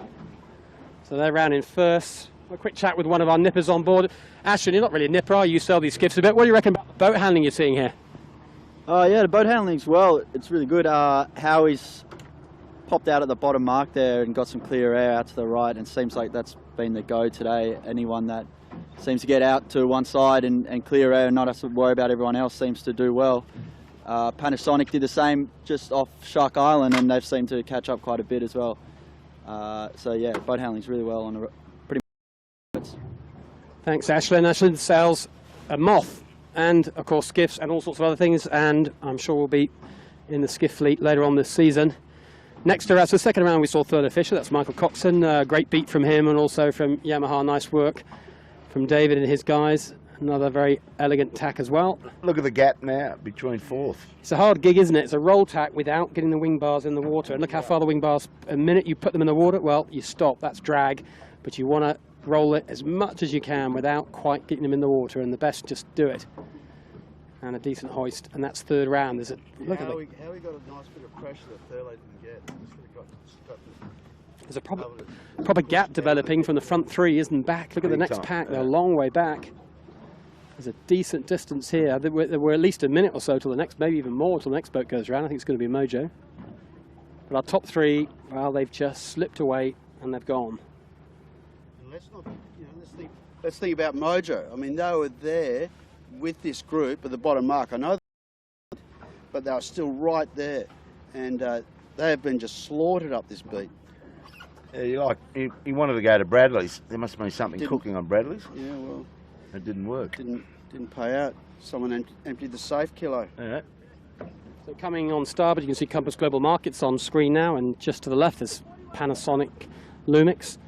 The next two boats around. Well, I think Compass Global Markets might get very close to being the next boat round, but just to the right, to see Mojo tacking now on Port Lay with Asco. Let's hope they can tack better than the position. Yep, that's more like it. So Mojo and Asco both on port. I think Compass Global Market. Oh, it's going to be close, isn't it? You've got Mojo and Compass really close. Port starboard. Can Mojo cross? I think they might. Oh, it's going to be tight. Look at the Lee Lapter's looking under. Can he cross? Oh, yeah, I think he's over. That makes his life a lot easier. So that's going to be fourth round if he can lay, which I think he can. He can lay the mark. That'll be Mojo 1. Fourth round. Dropped back a fair bit on that leading three, but still in fourth place. Wow, it's slow motion rock racing, isn't it? Everybody's having to do everything at half pace. It's all about delicate kinetics. Trying to be soft feet, soft hands. The most powerful rig setup you can find. Around goes Compass Global Markets in 5th position. 6th. There goes Asco. 7th is going to be John O'Witty and Lumix. Haven't talked much about him, Bob, this week, have we? He's been a little bit missing in action. Yeah, he's up and down, but he's got pace. We know that. He's got a battle. You get in the back of the pack and you're just really difficult to get out of there. In 8th position, Pure Blonde. They've had a decent beat, haven't they? They were in a gaggle of boats around about the maybe they're around about 10th or 11th. I seem to remember at the bottom mark, something like that. He was close with 7 down there. He was close to 7. You're right. He's popped out. Nick Murray, I think, is a big help to that. Picture Maker is approaching here on starboard, so he's got to come out of the clouds a little bit. So he'll go around in 9th.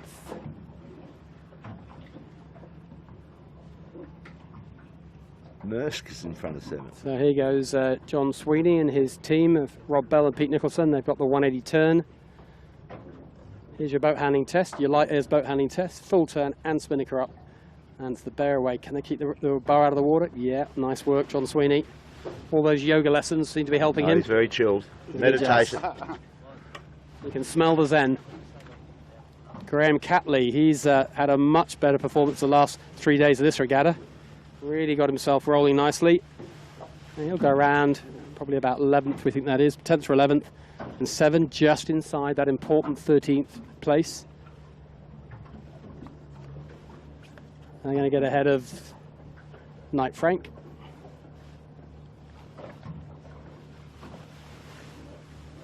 Seven at the moment.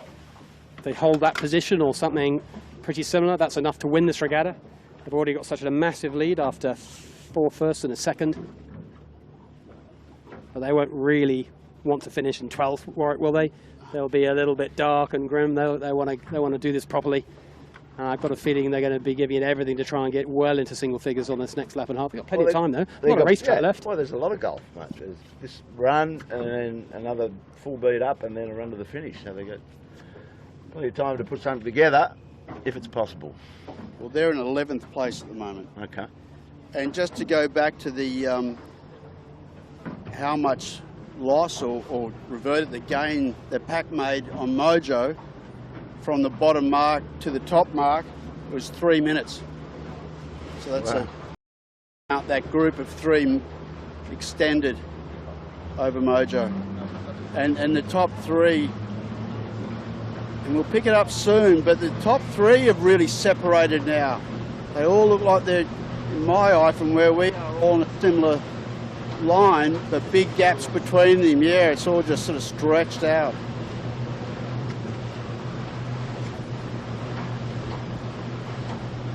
We're just looking at the downwind group. Appliances Online is just about to go around just to finish off the placings. That top mark next after Rag and Famish and Yandu is on screen now. Going downwind, about to go around the top mark is Smeg and Appliances Online. And close behind them will be DeLonghi, Sea-Tech, Fisher and Paykel, and it will be Sean. Actually, no, Sean Langman's in amongst just ahead of Fisher and Paykel. I'm assuming his boat's called Noakes Boatyard, is it? I haven't seen the name, but you think it would be. That's Sean's own boatyard. And Aon from New Zealand having an unhappy day at the moment. They are close to bringing up the rear. Just looking at Pure Blonde there, Mark. Nick Murray's gone to the bow of just to get the trim right. He just thinks it's light enough to put somebody in the bow, which is him. So yeah, interesting. So Kitchen Maker just right in front of you. There's Pure Blonde, the white spinnaker. Nick Murray's. You can just see the little feet, can't you, balancing on the foredeck. Can't really see him. You can see those little feet just. You see that a lot in different skiff classes. International 14s do it. The 49ers do it. And very occasionally you see the skiffs doing it. It's got to be very light though to make it work in a skiff. This is pretty light, isn't it? Warwick, this wind is just going. Let's hope we don't have a shutdown, because it's been a pretty interesting race so far, competitive race. But if it goes shut down, you just don't know what's going to happen, do you? I hope we don't have that situation. There is enough wind though at the moment to keep racing and trucking along. There's Pure Blonde jibing and Kitchen Maker showing no.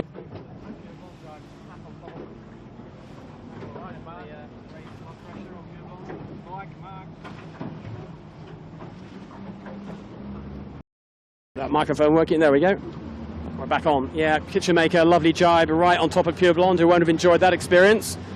But it's a battle. We've got plenty of distance on this race course to go. I think even Kitchen Maker thinks they've got a proper shot at the major places. Yeah. And Kitchen Maker just rolls Pure Blonde. That's the end result of a very nice jibe and a very well-timed jibe by the Kitchen Maker. As we are pretty much up in the front places. Here's Compass Global Markets right in front of you, just to the right of your picture. Just coming into screen now is Compass Global Markets, and only a few boat lengths ahead, right alongside us, there's ASCO and there's Panasonic Lumix. And just in front of them is Mojo, and Mojo's in fourth position. It's all close together. And if we just drop back a little bit, Kilo, just slow down for a second, get a look at ASCO. You can see we've got Marcus Ashley Jones doing something, and we've got James Doran steering, and he's holding the main. So I don't know what the go is there. Doro's giving him a bit of a tune-up, possibly? No, I don't know. I don't know what's going on there. It's quite unusual. Change of helmsman mid-race in an 18. Sounds like a bit like Dean. Yeah. A bit like Dean Barker and Peter Burling. Yeah. Now you're opening up the can. Well, the thing is that because James is a top helmsman himself, and in the middle of the boat, maybe Marcus thinks that James has got a particular little feel for the light stuff. And I tell you what, how chilled they are. He's got a drink in his hand.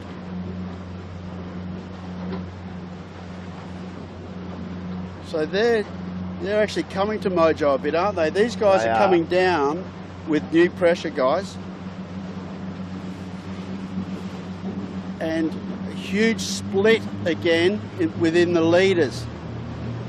Be out of shot, but USA has gone to the left-hand shore looking upwind, and Thurlow and Yamaha and the rest of these guys are on the right-hand shore looking upwind. But definitely a bit more pressure just starting to soak down here now. Yeah, well, Mojo's certainly being gobbled up by ASCO.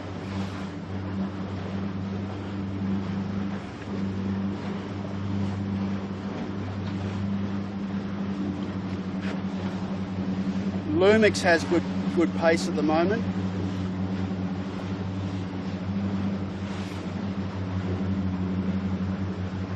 And Lumix and ASCO definitely, in my mind, are going a lot quicker than Mojo. They're just sucking up that gap big time. For sure. Asco's doing nearly 2-1 on Mojo at this point, by the look of it. Mojo just starting to get a bit of that pressure. Yeah. Maybe.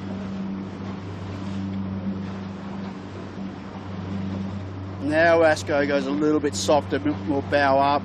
Mojo's starting to get that pressure. It's all starting to normalise now between these three.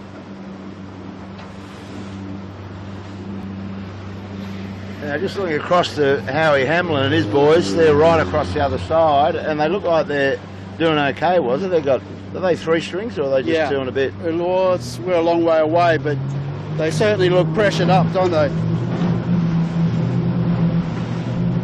Cocko will be looking at, Thurlow Fish will be looking at coming back, you would reckon, pretty soon. Yeah, well, I suppose he's just waiting for something to come back with Kilo.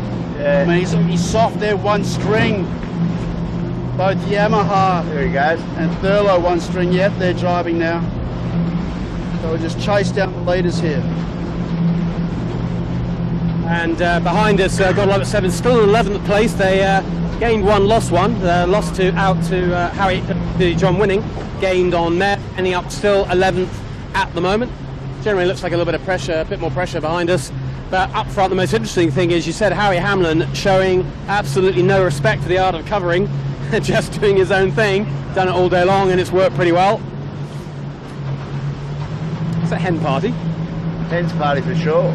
Well, they're aren't they, guys? They are confident in what they're doing. Well, it goes back to Dan Phillips. I think he's been up and down these tricky easterly courses many times. He'll be giving them all the ideas for sure. Yeah, but I tell you, now the tables are turning just slightly a little bit in my mind. They're above the... Harkin looks soft and lifted. Thurlow with good pressure, 2 strings. Now, Harkin USA is only 1 string, so Thurlow going quicker and starting to reduce the gap that was there about halfway down the run. Definitely Thurlow coming down with more pressure, coming to meet up with the leader.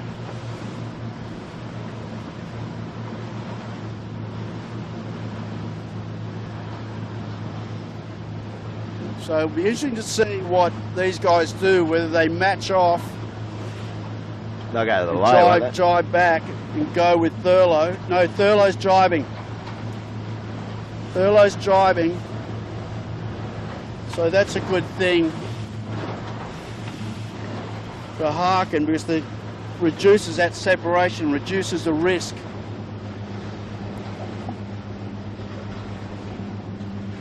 We've got the okay, the 18 ferry's not going to be in the way.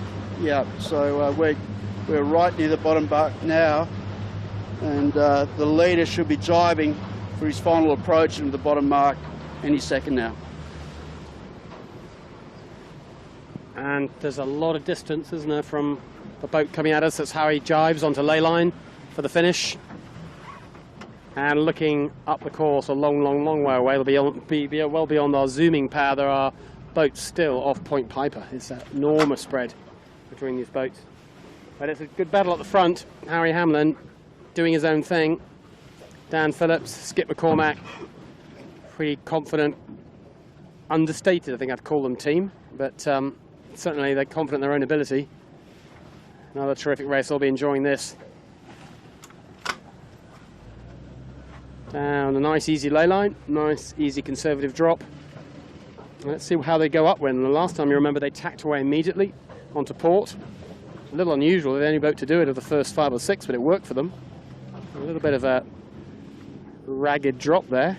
When was the last? Curse for the camera. When was the last time Harry Hamlin won a heat of the JJ? There's one for you. That's a good question. I don't know. He said to me when I interviewed him 2 days ago that, of course, he's won at the JJ twice, and I asked him what's his best result apart from his 2 wins, and he said, well, I can't remember, but I don't think it's top 10. So he literally, he won 2 years with some dominance, but he said apart from that, he's never been anywhere near it. He blamed it on the fact that he was trying to do his own cell development, which never worked, and whenever he stuck to standard gear, he seemed to do well. Yeah. There's something in that, isn't there? There's a lesson in that. This is going to be a good beat, though. Michael Coxon will be throwing everything at Howie, you would think. You'd imagine maybe there might be a big split up here. Thurlow might punch out to the left a bit, and Howie's done the same as what he did on the last beat, and he's gone immediately to the right. Bit patchy in the left at the moment. Yeah. And the delta at the bottom mark between first and second was 33 seconds. Third round, bottom mark for the second and final time. There's a beat, and then there's a kind of reachy run thing to the finish. Here is Yamaha in third position. Team USA first. Thurlow Fisher. Yamaha, still the same top three that we've had for a little while now. But the question is, what's going to happen behind them? Mojo were in fourth, and I think, by the looks of it, I think they might just about keep their fourth. Whoa, there's going to be a great battle. We're perfectly positioned here. We've Bob's got us just where we want to be, nice and up close and personal to the boy. We're going to see how this develops. There's a Mojo, Lumix, Asco, Kitchen Maker, and running right down the middle of the run, looking pretty competitive. There's not much between any of these boats. You can see flat water, not a lot of breeze, but at least upwind. We're three wiring again. That threat of a shutdown's really gone away. We're now light air still, but we're getting on the 3 hours upwind, and even coming into a hot ley line. There's Asco with the red spinnaker, just which we're looking at now, just to the left, slightly of where we're looking. Here comes Asco on a relatively tight port ley line. They've crossed well ahead of Mojo, so that's a place change. Good work by Asco. Yeah, the upwind there, that's right. So upwind, Howie Hamlin tacked away immediately to the right, and then Yamaha went fairly early. Thurlow Fisher taking the middle path upwind. We'll see how that develops in a second as they work their way upwind. But fourth round, fourth position. Asco, nice work from these guys downwind. And I'll get that drop. We've got Marcus back on the helming switch around. Interesting thing, we'll ask him about that maybe after the race, find out what that was all about. But it didn't do them any harm, did it? They've done just fine down here. So maybe that's going to be the new technique. Mate, they've got it sus, they've got their upwind helmsman, their starter, and their downwind helmsman. Wow, just like the old big boat days, isn't it? Having a starting helmsman and then they switch over. Anyway, Joe, Lee Napton, he'll be a little frustrated. He's been slowly slipping back through this fleet. He's dropped another place there. He goes around in fifth. You reckon you'll go to Bradley's again? Yeah, I don't think so, Bob. I think he's. Do you want to just shout out to him, give him some advice? I think you're right. I think he's written it down on Ricky's forehead. Don't go to Bradley's. Compass Global Markets have the inside line and take all the rights that they need. Oh, Lumix, don't forget to let go of the spinnaker headed. Come on, lads. Compass finally dropped the spinnaker. Poor old Panasonic had to almost stop to allow them room to go round. I'm sure Warwick, I hope the Warwick is keeping the places here because I've lost count already. So there's Panasonic, goes around the outside of a stationary Compass. Kitchen Maker do a cracking rounding, tight and close round the mark. At Yandu, what a great run they've had. They've gone beautifully down this leg. Pure Blonde, not too bad. Gotta love it, 7. I've got a feeling they might have dropped one. Net. I think they might be down to 12. It could be 11, could be 13, but luckily someone else is writing this down. Well, you can see how close it is. Still 11. Still 11, okay. Still 11. 7's still in 11th. And it just shows you, doesn't it? This is, like one design racing, this fleet. And that if you get buried in conditions like today, how difficult it can be to get back sometimes, because you're just back in that pack square and getting compromised all the time. And 7, just, that one run in particular, okay, they weren't good at the top mark, but they just couldn't get away. Nick Daly's still blowing up. What's wrong? Poor old Nick. So there's Graham Catley goes round on Maersk and followed by another Kiwi for Knight Frank. So Graham's dropped a place, I think, there. But he's pretty happy, I think, with how he's going. I had a chat with him at the boat park a couple of days ago and very encouraged by how the last few races have gone for him. As he said, it's just about starting. If he can get off the start line, okay, he's plenty quick enough, but he's not quick enough to get through the pack. Just the same point you're making, Bob, just what Graham Catley was saying. If you can't get off the start line and can't get up amongst the group, too. And there goes Knight Frank and Rag and Famish. I think the one design point was there. It's particularly the case in the light stuff, isn't it? Because we have seen 7 start poorly and yet come right through the fleet, rip through the fleet, to be honest. But in these conditions, I don't feel they've got any edge at all. Maybe even they're not as quick as the quickest boats. Well, yeah, I mean, they'll be as quick, I'd imagine, but yeah, I mean, the differential in speed in these conditions is a lot less. And the other thing too is, I mean, clear air in light airs is just so important. It's such a priority. And if you get, trapped in and you're always getting gas or, getting compromised, they can't race where they want it. They can't race. Yeah. Exactly. It's not like you can just go and get a clear lane and just put the hammer down and go. DeWitt. David Witt coming in on a hotter lane than he wanted. He had to go under. Our Plances online, and that suddenly means, oh, look at the drop here, lads. They're about to earn their keep at the front of the boat, aren't they? They're starting to drop the kite. Look nice at that. Look at that. Matty walk, take a bow. He had no right to do that at all, did he? He didn't start dropping it till they were halfway around. That is the power. That's the benefit of a powerful bowman, and great timing actually as well, isn't it? He's made it go away. Beautifully done. And to be fair, David Witt actually turned the boat exactly the right rated turn as well. Kept it under control. So that looked like it was miles too late, but actually it was very well done. Play of the day, mate. Fisher and Pakel showing a slow motion way of doing the same thing. Look how low. Yeah, they got a spinnaker around the front of the boat. They're doing some fishing, and that stopped them dead in their tracks. Next round, it's a little bundle of SeaTech and DeLonghi and Aeon and Ilvi. And SeaTech approaching very slow, which will make everybody have to go around the outside even slower than them. But all this group closing up close together. I think DeLonghi will be disappointed. They've had a pretty good series so far with a lot of very consistent placings, but they're kind of fallen off the edge of the world a little bit today. Right at the back of the pack, so with Alex Valings. We're used to him being very competitive and light and tricky, but just not working out for him today. And I know Will Turner will be disappointed with that placing. He's relatively new to the skiff. It's a brand new boat, hasn't sailed it much, and of course he's carrying a fairly significant knee injury. But he's a guy who won't want to be at the back of this fleet. I hope he stays with the skiff fleet. I think we'll see him right at the front end if he stays with it. But this is a little bit of a unpleasant reminder. In these conditions, you've got to get the time in the water, got to get your setup right, and Aeon don't have the wheels at the moment. Hey Mark, dead ahead of us off Clark Island. The two, first and second, have now engaged, so we'll get up there. Yeah, a long way up there. We'll rattle our way up there as best we can, but the leaders, of course, since they went round the bottom mark, and they broadly headed up the right-hand side of the beat. Most boats seem to have done that. And we can't see the difference between them, but we can see Thurler Fisher and Harry Hamlin both in the same piece of water. Harry's still leading, not quite sure how much of a lead. They're right by Clark Island. And then the rest of the following group are also going the same ways. The only boats who've stepped out to the middle are really Panasonic and Rag and Famish. And I'll tell you something else that's happening, fellas. Yamaha.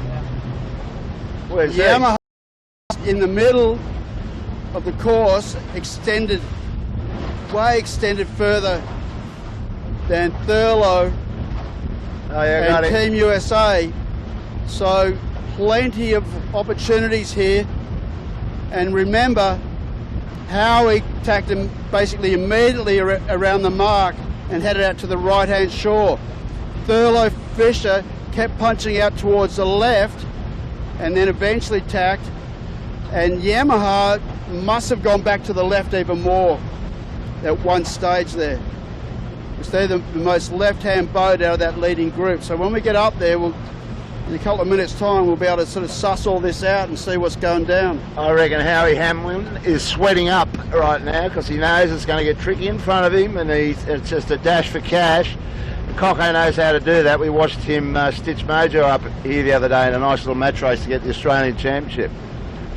And just to recap what's left of the course, basically they have from where they are now near Double Bay for Zenity up to the top mark again at Rose Bay and then finish back down in the Double Bay area. So not much to go, and we've been running for like 77 minutes of racing so far, so the time limit will not be a factor, that's for sure. Probably 20 minutes or so to go. If anyone's wondering how much more there is of this race, if you're watching it live, wherever you are around the world, if you're not out late or whatever your personal circumstances, hang with us for 20 minutes. You're going to find out exactly what happens. You're going to find out if Gotta Love It 7 end up winning the series with a day to spare. They need to be 13th or better, or bear on where Mojo is right now. 15th or better will do, and you're going to find out whether Yamaha's little bolt to the left here has got them up into first place, and how Thurlow Fisher, and right in front of you, Howie Hamlin out. And will we have a third winner for the championship? So if Team Yamaha they're in or great Team shape. USA win this, that'll be race winner number 3 for the series. Yeah. Yep.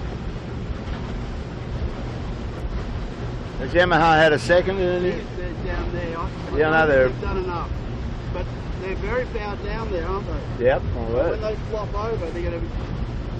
Yeah, it's intriguing, isn't it? They're a long way left. So we're looking in front of us here at the two boats that were definitely 1 and 2. But Yamaha headed hard left halfway up that beat. They got a lot of left-hand leverage, and well, as you'll know, it all depends on the shift. A bit of pressure, a little bit of lefty, they'll look heroic. But these guys keep winding up to the right as they are right now. Yamaha will find it very hard to get back towards them. Well, I don't think they're in danger of losing their third. Definitely. Well, no, I'm just looking at Mojo, who are hard left and behind them. This is still very much the top 3. Harry Hamlin now deciding that some kind of a covering game is the way to go. He's got Thurlow Fisher tucked to leeward of him. Not a safe distance in a skiff, that's for sure. That's nothing at all. That's 4 or 5 boat lengths to leeward. Thurlow Fisher is actually bow forward on him. That's not safe at all. Harry and his guys will be working every little millimetre out of this boat. They do not want Thurlow Fisher to get any forward extension here. Well, Thurlow wants to sail into a big knock and bring Howie down to his line. And also, too, Yamaha has Come tacked. back, yeah. And so converging with these two, obviously Thurlow's closed the gap on Team USA. And this becomes a really critical, doesn't it, for boat handling? How crisp your tacks are, And how your sets, your jibes. Yeah. Reading the track for the puff in front of you, how to position yourself for the next engagement. Absolutely. So Yamaha's come back to these two, maybe? Yeah, I think they have. So this fight for the podium is right on, boys.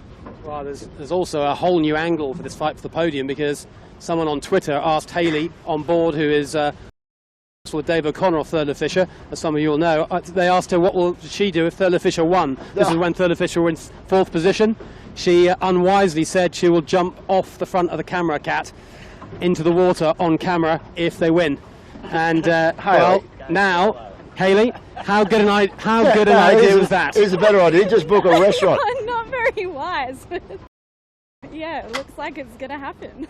Well, Hayley, as some of you may know, is a world-class triathlete and surfer and surf instructor, and she knows all about water, but she's about to get to know Sydney Harbour, quite possibly better than she really wants to. Yamaha's closer, I think, than Thurlow is, isn't it?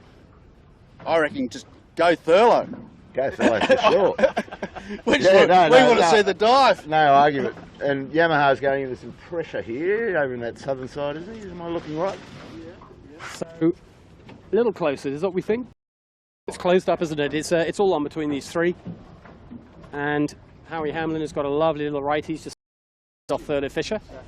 Big righty off the island, a little bit of island effect going on here. Michael Coxon's done well off Shark Island the last couple of times. He's gone right into the side of it and come out on a big left-hander. He'll be remembering that. But Howie, let's not forget, he's a skiff sailor. He's also a 505 sailor. He's won an awful lot of races in boats other than skiffs, and he'll stay calm when this happens. He's used to big fleets attacking him. Absolutely, and an international 14-foot skiff champion, world champion with Ewan McNichol. That's absolutely right. That's where he knows not to react too much when boats around you start coming at you. Yeah, he actually has a mate again. He's getting that right-hander off Shark Island. Yamaha doing the same. Yamaha right into Thurlow Fisher here. Hayley breathes a sigh of relief with that shift. Go back to the right, boys. And yeah, look at this. It's a great little battle. Just behind Mojo are the next boat back, but they have dropped back a fair bit just to let you know what else is going on the racetrack. The rest of the group behind, if anything, this group is just stretched, actually stretched and stretched. They did it on the previous lap, they've done it again. Mojo, Compass Global Markets, ASCO, Panasonic, Yandu. That is the group behind. And then 7 still looking like they're in 11th. Pure Blonde, Kitchen Maker. Wow, there's also a group of boats who've gone very hard right into Double Bay. Some have gone all the way to Bradley. So behind this group, there are boats rolling the dice this late in the day. Okay, let's ask the question on board. Who's going to win this race, everybody? You, Haley, Ashlyn, Tom, Steve Quigley. Who's going to win it? Come on. Well, it's going to rattle around the boat. Just one word. Who's going to win? Howie. Who's going to win? Oh, Howie. We've got two Howie, Steve Quigley, class measurer. 3 Howies. 3 Howies, there we go. I vote against. I think Thurlow are going to win just to spite me. Oh, Haley's going. She's backing her own team despite the consequence. Well, you got it. I'm still. Yeah, I'm going. I want to see the dive. I'm going Thurlow. I reckon Thurlow could pull this off. This is going to really heat up on the way to the judge. The guys in front will really be gritting their teeth, that's for sure. Howie's looking good. Just that last section, he sort of hooked up the dots a little bit, hasn't he? He's in good pressure now, and I think he's just opened up gap. Mate, there's a lot of golf left in this. I agree with you, Killer. I'm just calling it out what it's seeing right now. He's coming into really nice pressure right on his bow, the most pressure we've had for the last few minutes.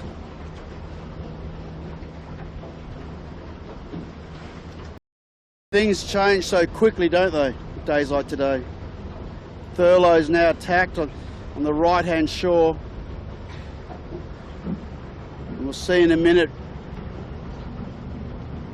the difference between Yamaha and Thurlow. Yamaha was, I think, about 2 boat lengths behind Thurlow.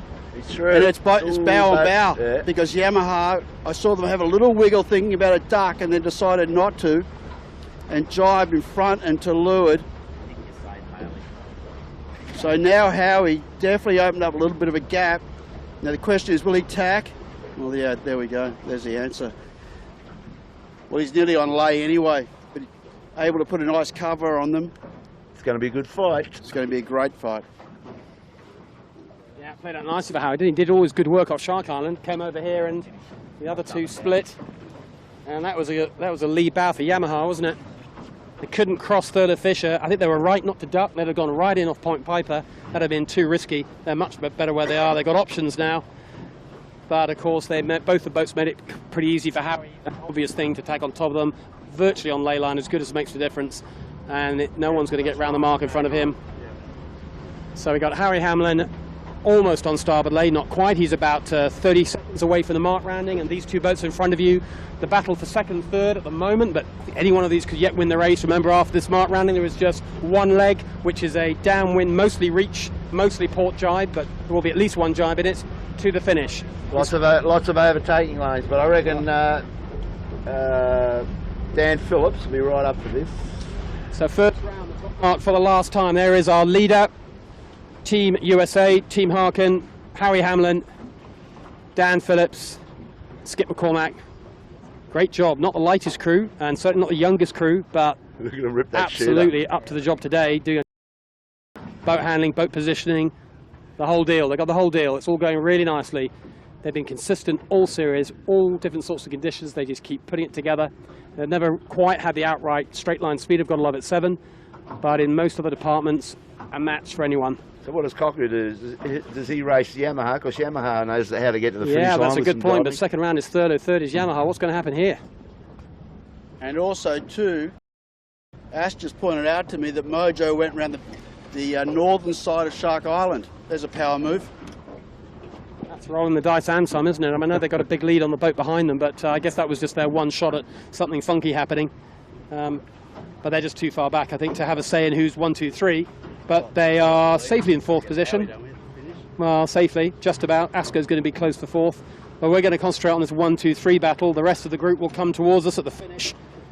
It's looking like, at the moment, the bigger picture story, Gotta Love It 7, are in the right spot to be able to win this series overall. They're looking like they're not quite, but very close to the top 10. I've got Mojo hauling into Asko. Top 15 is good enough for Gotta Love It 7. We'll see as they approach the finish line. We'll tell you exactly where they are. For now, you can see the 1, 2, 3 ahead of us. I don't think Harry's going to lay this in one. He's probably going to have to jive out, isn't he? But he's giving a letdown. Sure. Wow, it'd be easy if he could just do it in one. Yeah, but the thing is, they can't afford to go too far because they're pointing. They're pointing at the into the at doldrums. finish. Yeah, I dig that, Kilo, but we'll see anyway. They won't live there. I'll tell you that much. unless the breeze has gone right around behind them.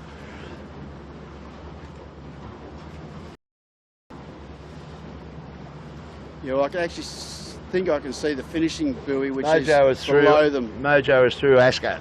Yeah, see the power move around the back of the island. So they've really worked the left hard. Howie jibed. Look, Thurlow's got a bit of pressure. This isn't over, guys. Oh, this is far from over. Believe it. Look, Thurlow's got a little push down. Now look at this pressure Yamaha has just got. So little bursts. Look at that, Thurlow really trying not to jibe. Well, he's going to have to as well, but he's waiting for something to power back on, isn't he? Yeah, but it's interesting that Howie's elected to keep pushing out, you know, not to jibe back and at least stay bow in front of Thurlow. Because if Thurlow gets something good out of south, they're now bow ahead. So that's really gutsy, risky. Huge risk. Risk is the word, isn't it? As you said, exactly right, Warwick. You think, I mean, he's allowed Thurlow to go bow forward. Well, we'll see what happens. Yamaha jiving in no breeze at all, a little bit ugly. Thurlow have now decided, yeah, there's not going to be any wind off Point Piper. Now Harry's move is all working out just nicely. So at the moment it's now looking like Thurlow Fisher are going to keep Haley dry by coming second. They seem to have almost accepted the fact they're just going to follow in here. Not much else they can do, to be fair. Harry's judged that very nicely indeed. He's probably, yeah, he looks like he's probably on late for the finish. Remember, we're not going all the way to the bottom this time. We're just going to... Mark Cocko's madly looking for some pressure. He's just looking for anything to job, and there he goes. He's cut the corner a bit, isn't he? He's given himself a shot at it. That's the right thing to do. There's no point following Harry. And he's comfortable that Yamaha are kind of tucked away. Well behind him, latest news on the 7 are up to about 7th position. They've had a really good upwind, made a few overtakes. They're looking pretty good for the overall win. Back to this race. Remember, this is Saturday. There's today, and there's still another race tomorrow to come. Look at this, guys. Look at Howie. Not laying. Look at Howie. If we come around, Pete, he's 3 strings and really pushing hard to stay up there. If they get big pressure, big burst of pressure, I'm saying, yeah, if you just... Cocko's got it. Now Cocko's got it, yes. So Howie's really pushed himself into a corner here. Thurlow will be staying a little bit quicker. Just look around. There's a little bit of pressure coming from Thurlow just behind the camera cut. They're getting it now. There's a bit of south in this was pushing it down. So Thurlow now coming back. They're going to ride this pressure all the way to the finish. Look at that kilo. They're down 10 degrees, 15 degrees. And look at this, Howie up in front. It's gone soft, but I think he's close enough. He might be close enough to the finish. Get up there and get this, eh? So I think we're going to see our 3rd different race winner for the regatta, guys. That's great for the class. So across the line, looks like Harry's having to struggle a little bit. The breeze has filled in, but he's got enough grunt on board. There's Skip McCormack at the front giving a good old heave on the spinnaker sheet. They're going to lay this and slide through the line. Fabulous sailing, great performance by Team USA, Harry Hamlin and Harkin. They had a great race 2 days ago. Yeah. And here they go. Great today, a win on race 6, a very popular winner.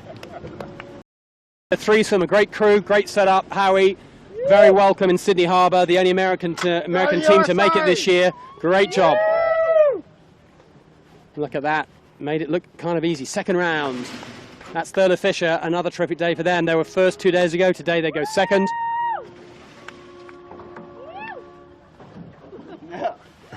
Did you hear the relief from Haley? What about that? Was that the perfect result for you? Oh no, I still wanted them to win. She's so nice. She still wanted them to win, despite the fact she would have got wet. I don't believe that for a second. I think you were happy with 2nd. So Thurlow Fisher go 2nd. And, well, if it wasn't for the scorecard of 7, Thurlow Fisher would be have a little smile on their faces, wouldn't they? Well, as would Harry Hamlin. I'm not sure what it does to the overalls. Do you think we can have a crack at that, Warwick, or is that going to be beyond our arithmetic? Where 3 battle? Next across the line here comes from New Zealand, David McDermott on Yamaha. Full rag. Great race as well, also got slightly the wrong side of this lay line, but easily done here. Great performance from him. As we've seen before, great light airs boat handling, plenty of speed, and he's just picked his way through the shifts to a rock-solid third. Who's next? Big gap behind. Mojo fourth for some time now. Well, that'll be the next boat to go around. Mojo coming at us. I think the boats behind will have seen what happened to our leading three, that they got caught a little bit shy on the lay. They won't go quite as far. Mojo looking like they're going to go fourth. To the right is Lumix. They're the one boat trying to cut the corner here, not driving out from Point Piper and hoping this pressure brings them down, as it is right now. A big jump from Lumix if they can pull this one off. And just back then is Asco. That's the battle. We're looking at the battle for 4, 5, 6. And then it looks like Pure Blonde, Global Compass Markets, and then there is the Big 7 logo off to the left of your picture. Currently, well, 8th or 9th, but certainly top 10. That is definitely good enough to claim the 2015 JJ with a day to spare. Of course, there is one more race tomorrow, Sunday. Usual kickoff, 3 o'clock local time here in Sydney. Hope you can join us for that. The winner of this series hasn't really been in a lot of doubt for the last few days, but 2nd, 3rd and 4th absolutely is, and probably still will be tomorrow afternoon. There's plenty more to play for. And what's the forecast for tomorrow? Has anybody checked it? It's something from the Best I know, it's similar to today. Same kind of thing. A lot of this humid, cloudy, warm weather with occasional rain clouds, but not more than 10 to 12 knots being currently forecast. And maybe the breeze more from the south. We might get the Shark Island course. Oh, that's all right. There's a bit of sou'easter. Yeah, we might get. That's the course where you have to choose. Anyway, next across the line in 4th position, Mojo. Great job from them. I know they'll be a little bit disappointed. They felt they had a chance to win this race. They just slipped back a couple of times, got a little bit greedy off Bradley's head the second time around. That was the undoing of Mojo. But good enough to keep it together. Nice performance from Lee Napton. Trying to milk this one. Yeah, John O'Witty is the one, but that's the black spinnaker you can see who cut the corner, didn't drive out of Point Piper, brought the pressure down. He'll be happy, but just in front of him is Asco, finishes in 5th position. That's the swapping helmsman job of Asco. Well, Haley, we'll be talking to him about that, won't we? They switched helmsman, downwind. What's going on? We'll talk to them. So just this is hopefully accurate. Provisional. Very provisional. That's right. That's the word. That's the word I was looking for. So I've got in 2nd place Thurlow on 20 points, Mojo 3rd on 21 points, Harkin USA on 25 points, and then Asco Appliances on 28. So still plenty to play for 2nd and 3rd in this regatta. Big time. Fantastic job. And that was Lumix did it. Pure Blonde, and look who's next. Gotta love it 7. As we've been saying, they needed to be inside the top 15 with Mojo in 4th, while they're inside the top 10. Gotta love it 7 cross the finish line here for race 6 in their worst place so far, but easily good enough. World title 2015 JJ Giltinan champions. There's Gotta love it 7. They'll be a little subdued because they would have wanted to have gone out with a bullet, but still a good performance in very tricky conditions. And remember, they came off the start line in a very average shape indeed. Had a lot of work to do up the first beat. Did just enough for that first critical beat. Then they had a couple of bad downwinds, but the end position is all that counts, and that's enough for another title for Sevi. That's 6 in a row that 7 has done, and Sevi's done, and of course he won 1 2 years before that. He now is the first ever helmsman to win 7 JJs. 6 on the trot though, Keeler, interestingly enough. And Ian Murray won 6 on the trot, so maybe Sevi will think he wants to be the first to win 7 on the trot. That means he has to come back next year. Maybe he will, maybe he won't. We'll ask him in the boat park about that. Well, at least he's got something decent to drop, Mark. At least you feel good about dropping that. Yes. That's not how you It's a proper drop, isn't it? If you're dropping seconds and thirds, it suggests that the fleet's not giving you enough of a chase, isn't it? But if you're dropping today's result, well, that makes it all feel a bit more like it should be. Next across the line, John winning Yandu. They've been up and down today, but he finishes just outside the top 10. Camera, well, I was talking about 7, there's Global Compass Markets, then Kitchen Maker, and then now it's Yandu, and now Knight Frank. And close behind them, well, here comes Graham Catley on Maersk. He's not had such a great last lap. He was right up in about the 5th, 6th position. He's dropping down into the... And Rag and Famish, the black spinnaker, they'll be a little disappointed, I think, in today's results. I know Jack McCartney's not that thrilled with his big rig setup, but today was probably not so much about that. It was more about boat positioning. Didn't quite work for them today. across the line. Well, I'm voting that we shut down before we have to change another battery. Yeah, it's a good call. Give it away, I think. Very slow race, but a great race nonetheless. And so we need to get the live view unit out of the bag. If somebody wants to do that, that could be you, Woz. We'll try and make an exit from the live stream.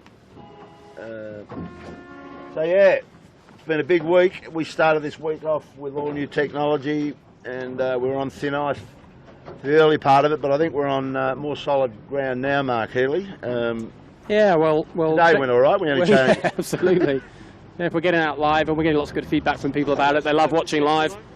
Gotcha. And whether you're actually watching it completely live or an hour or two later, it doesn't really matter. It still feels live, but it's more interesting, I think, from our point of view, broadcasting it live and not having to chop and cut out all the time.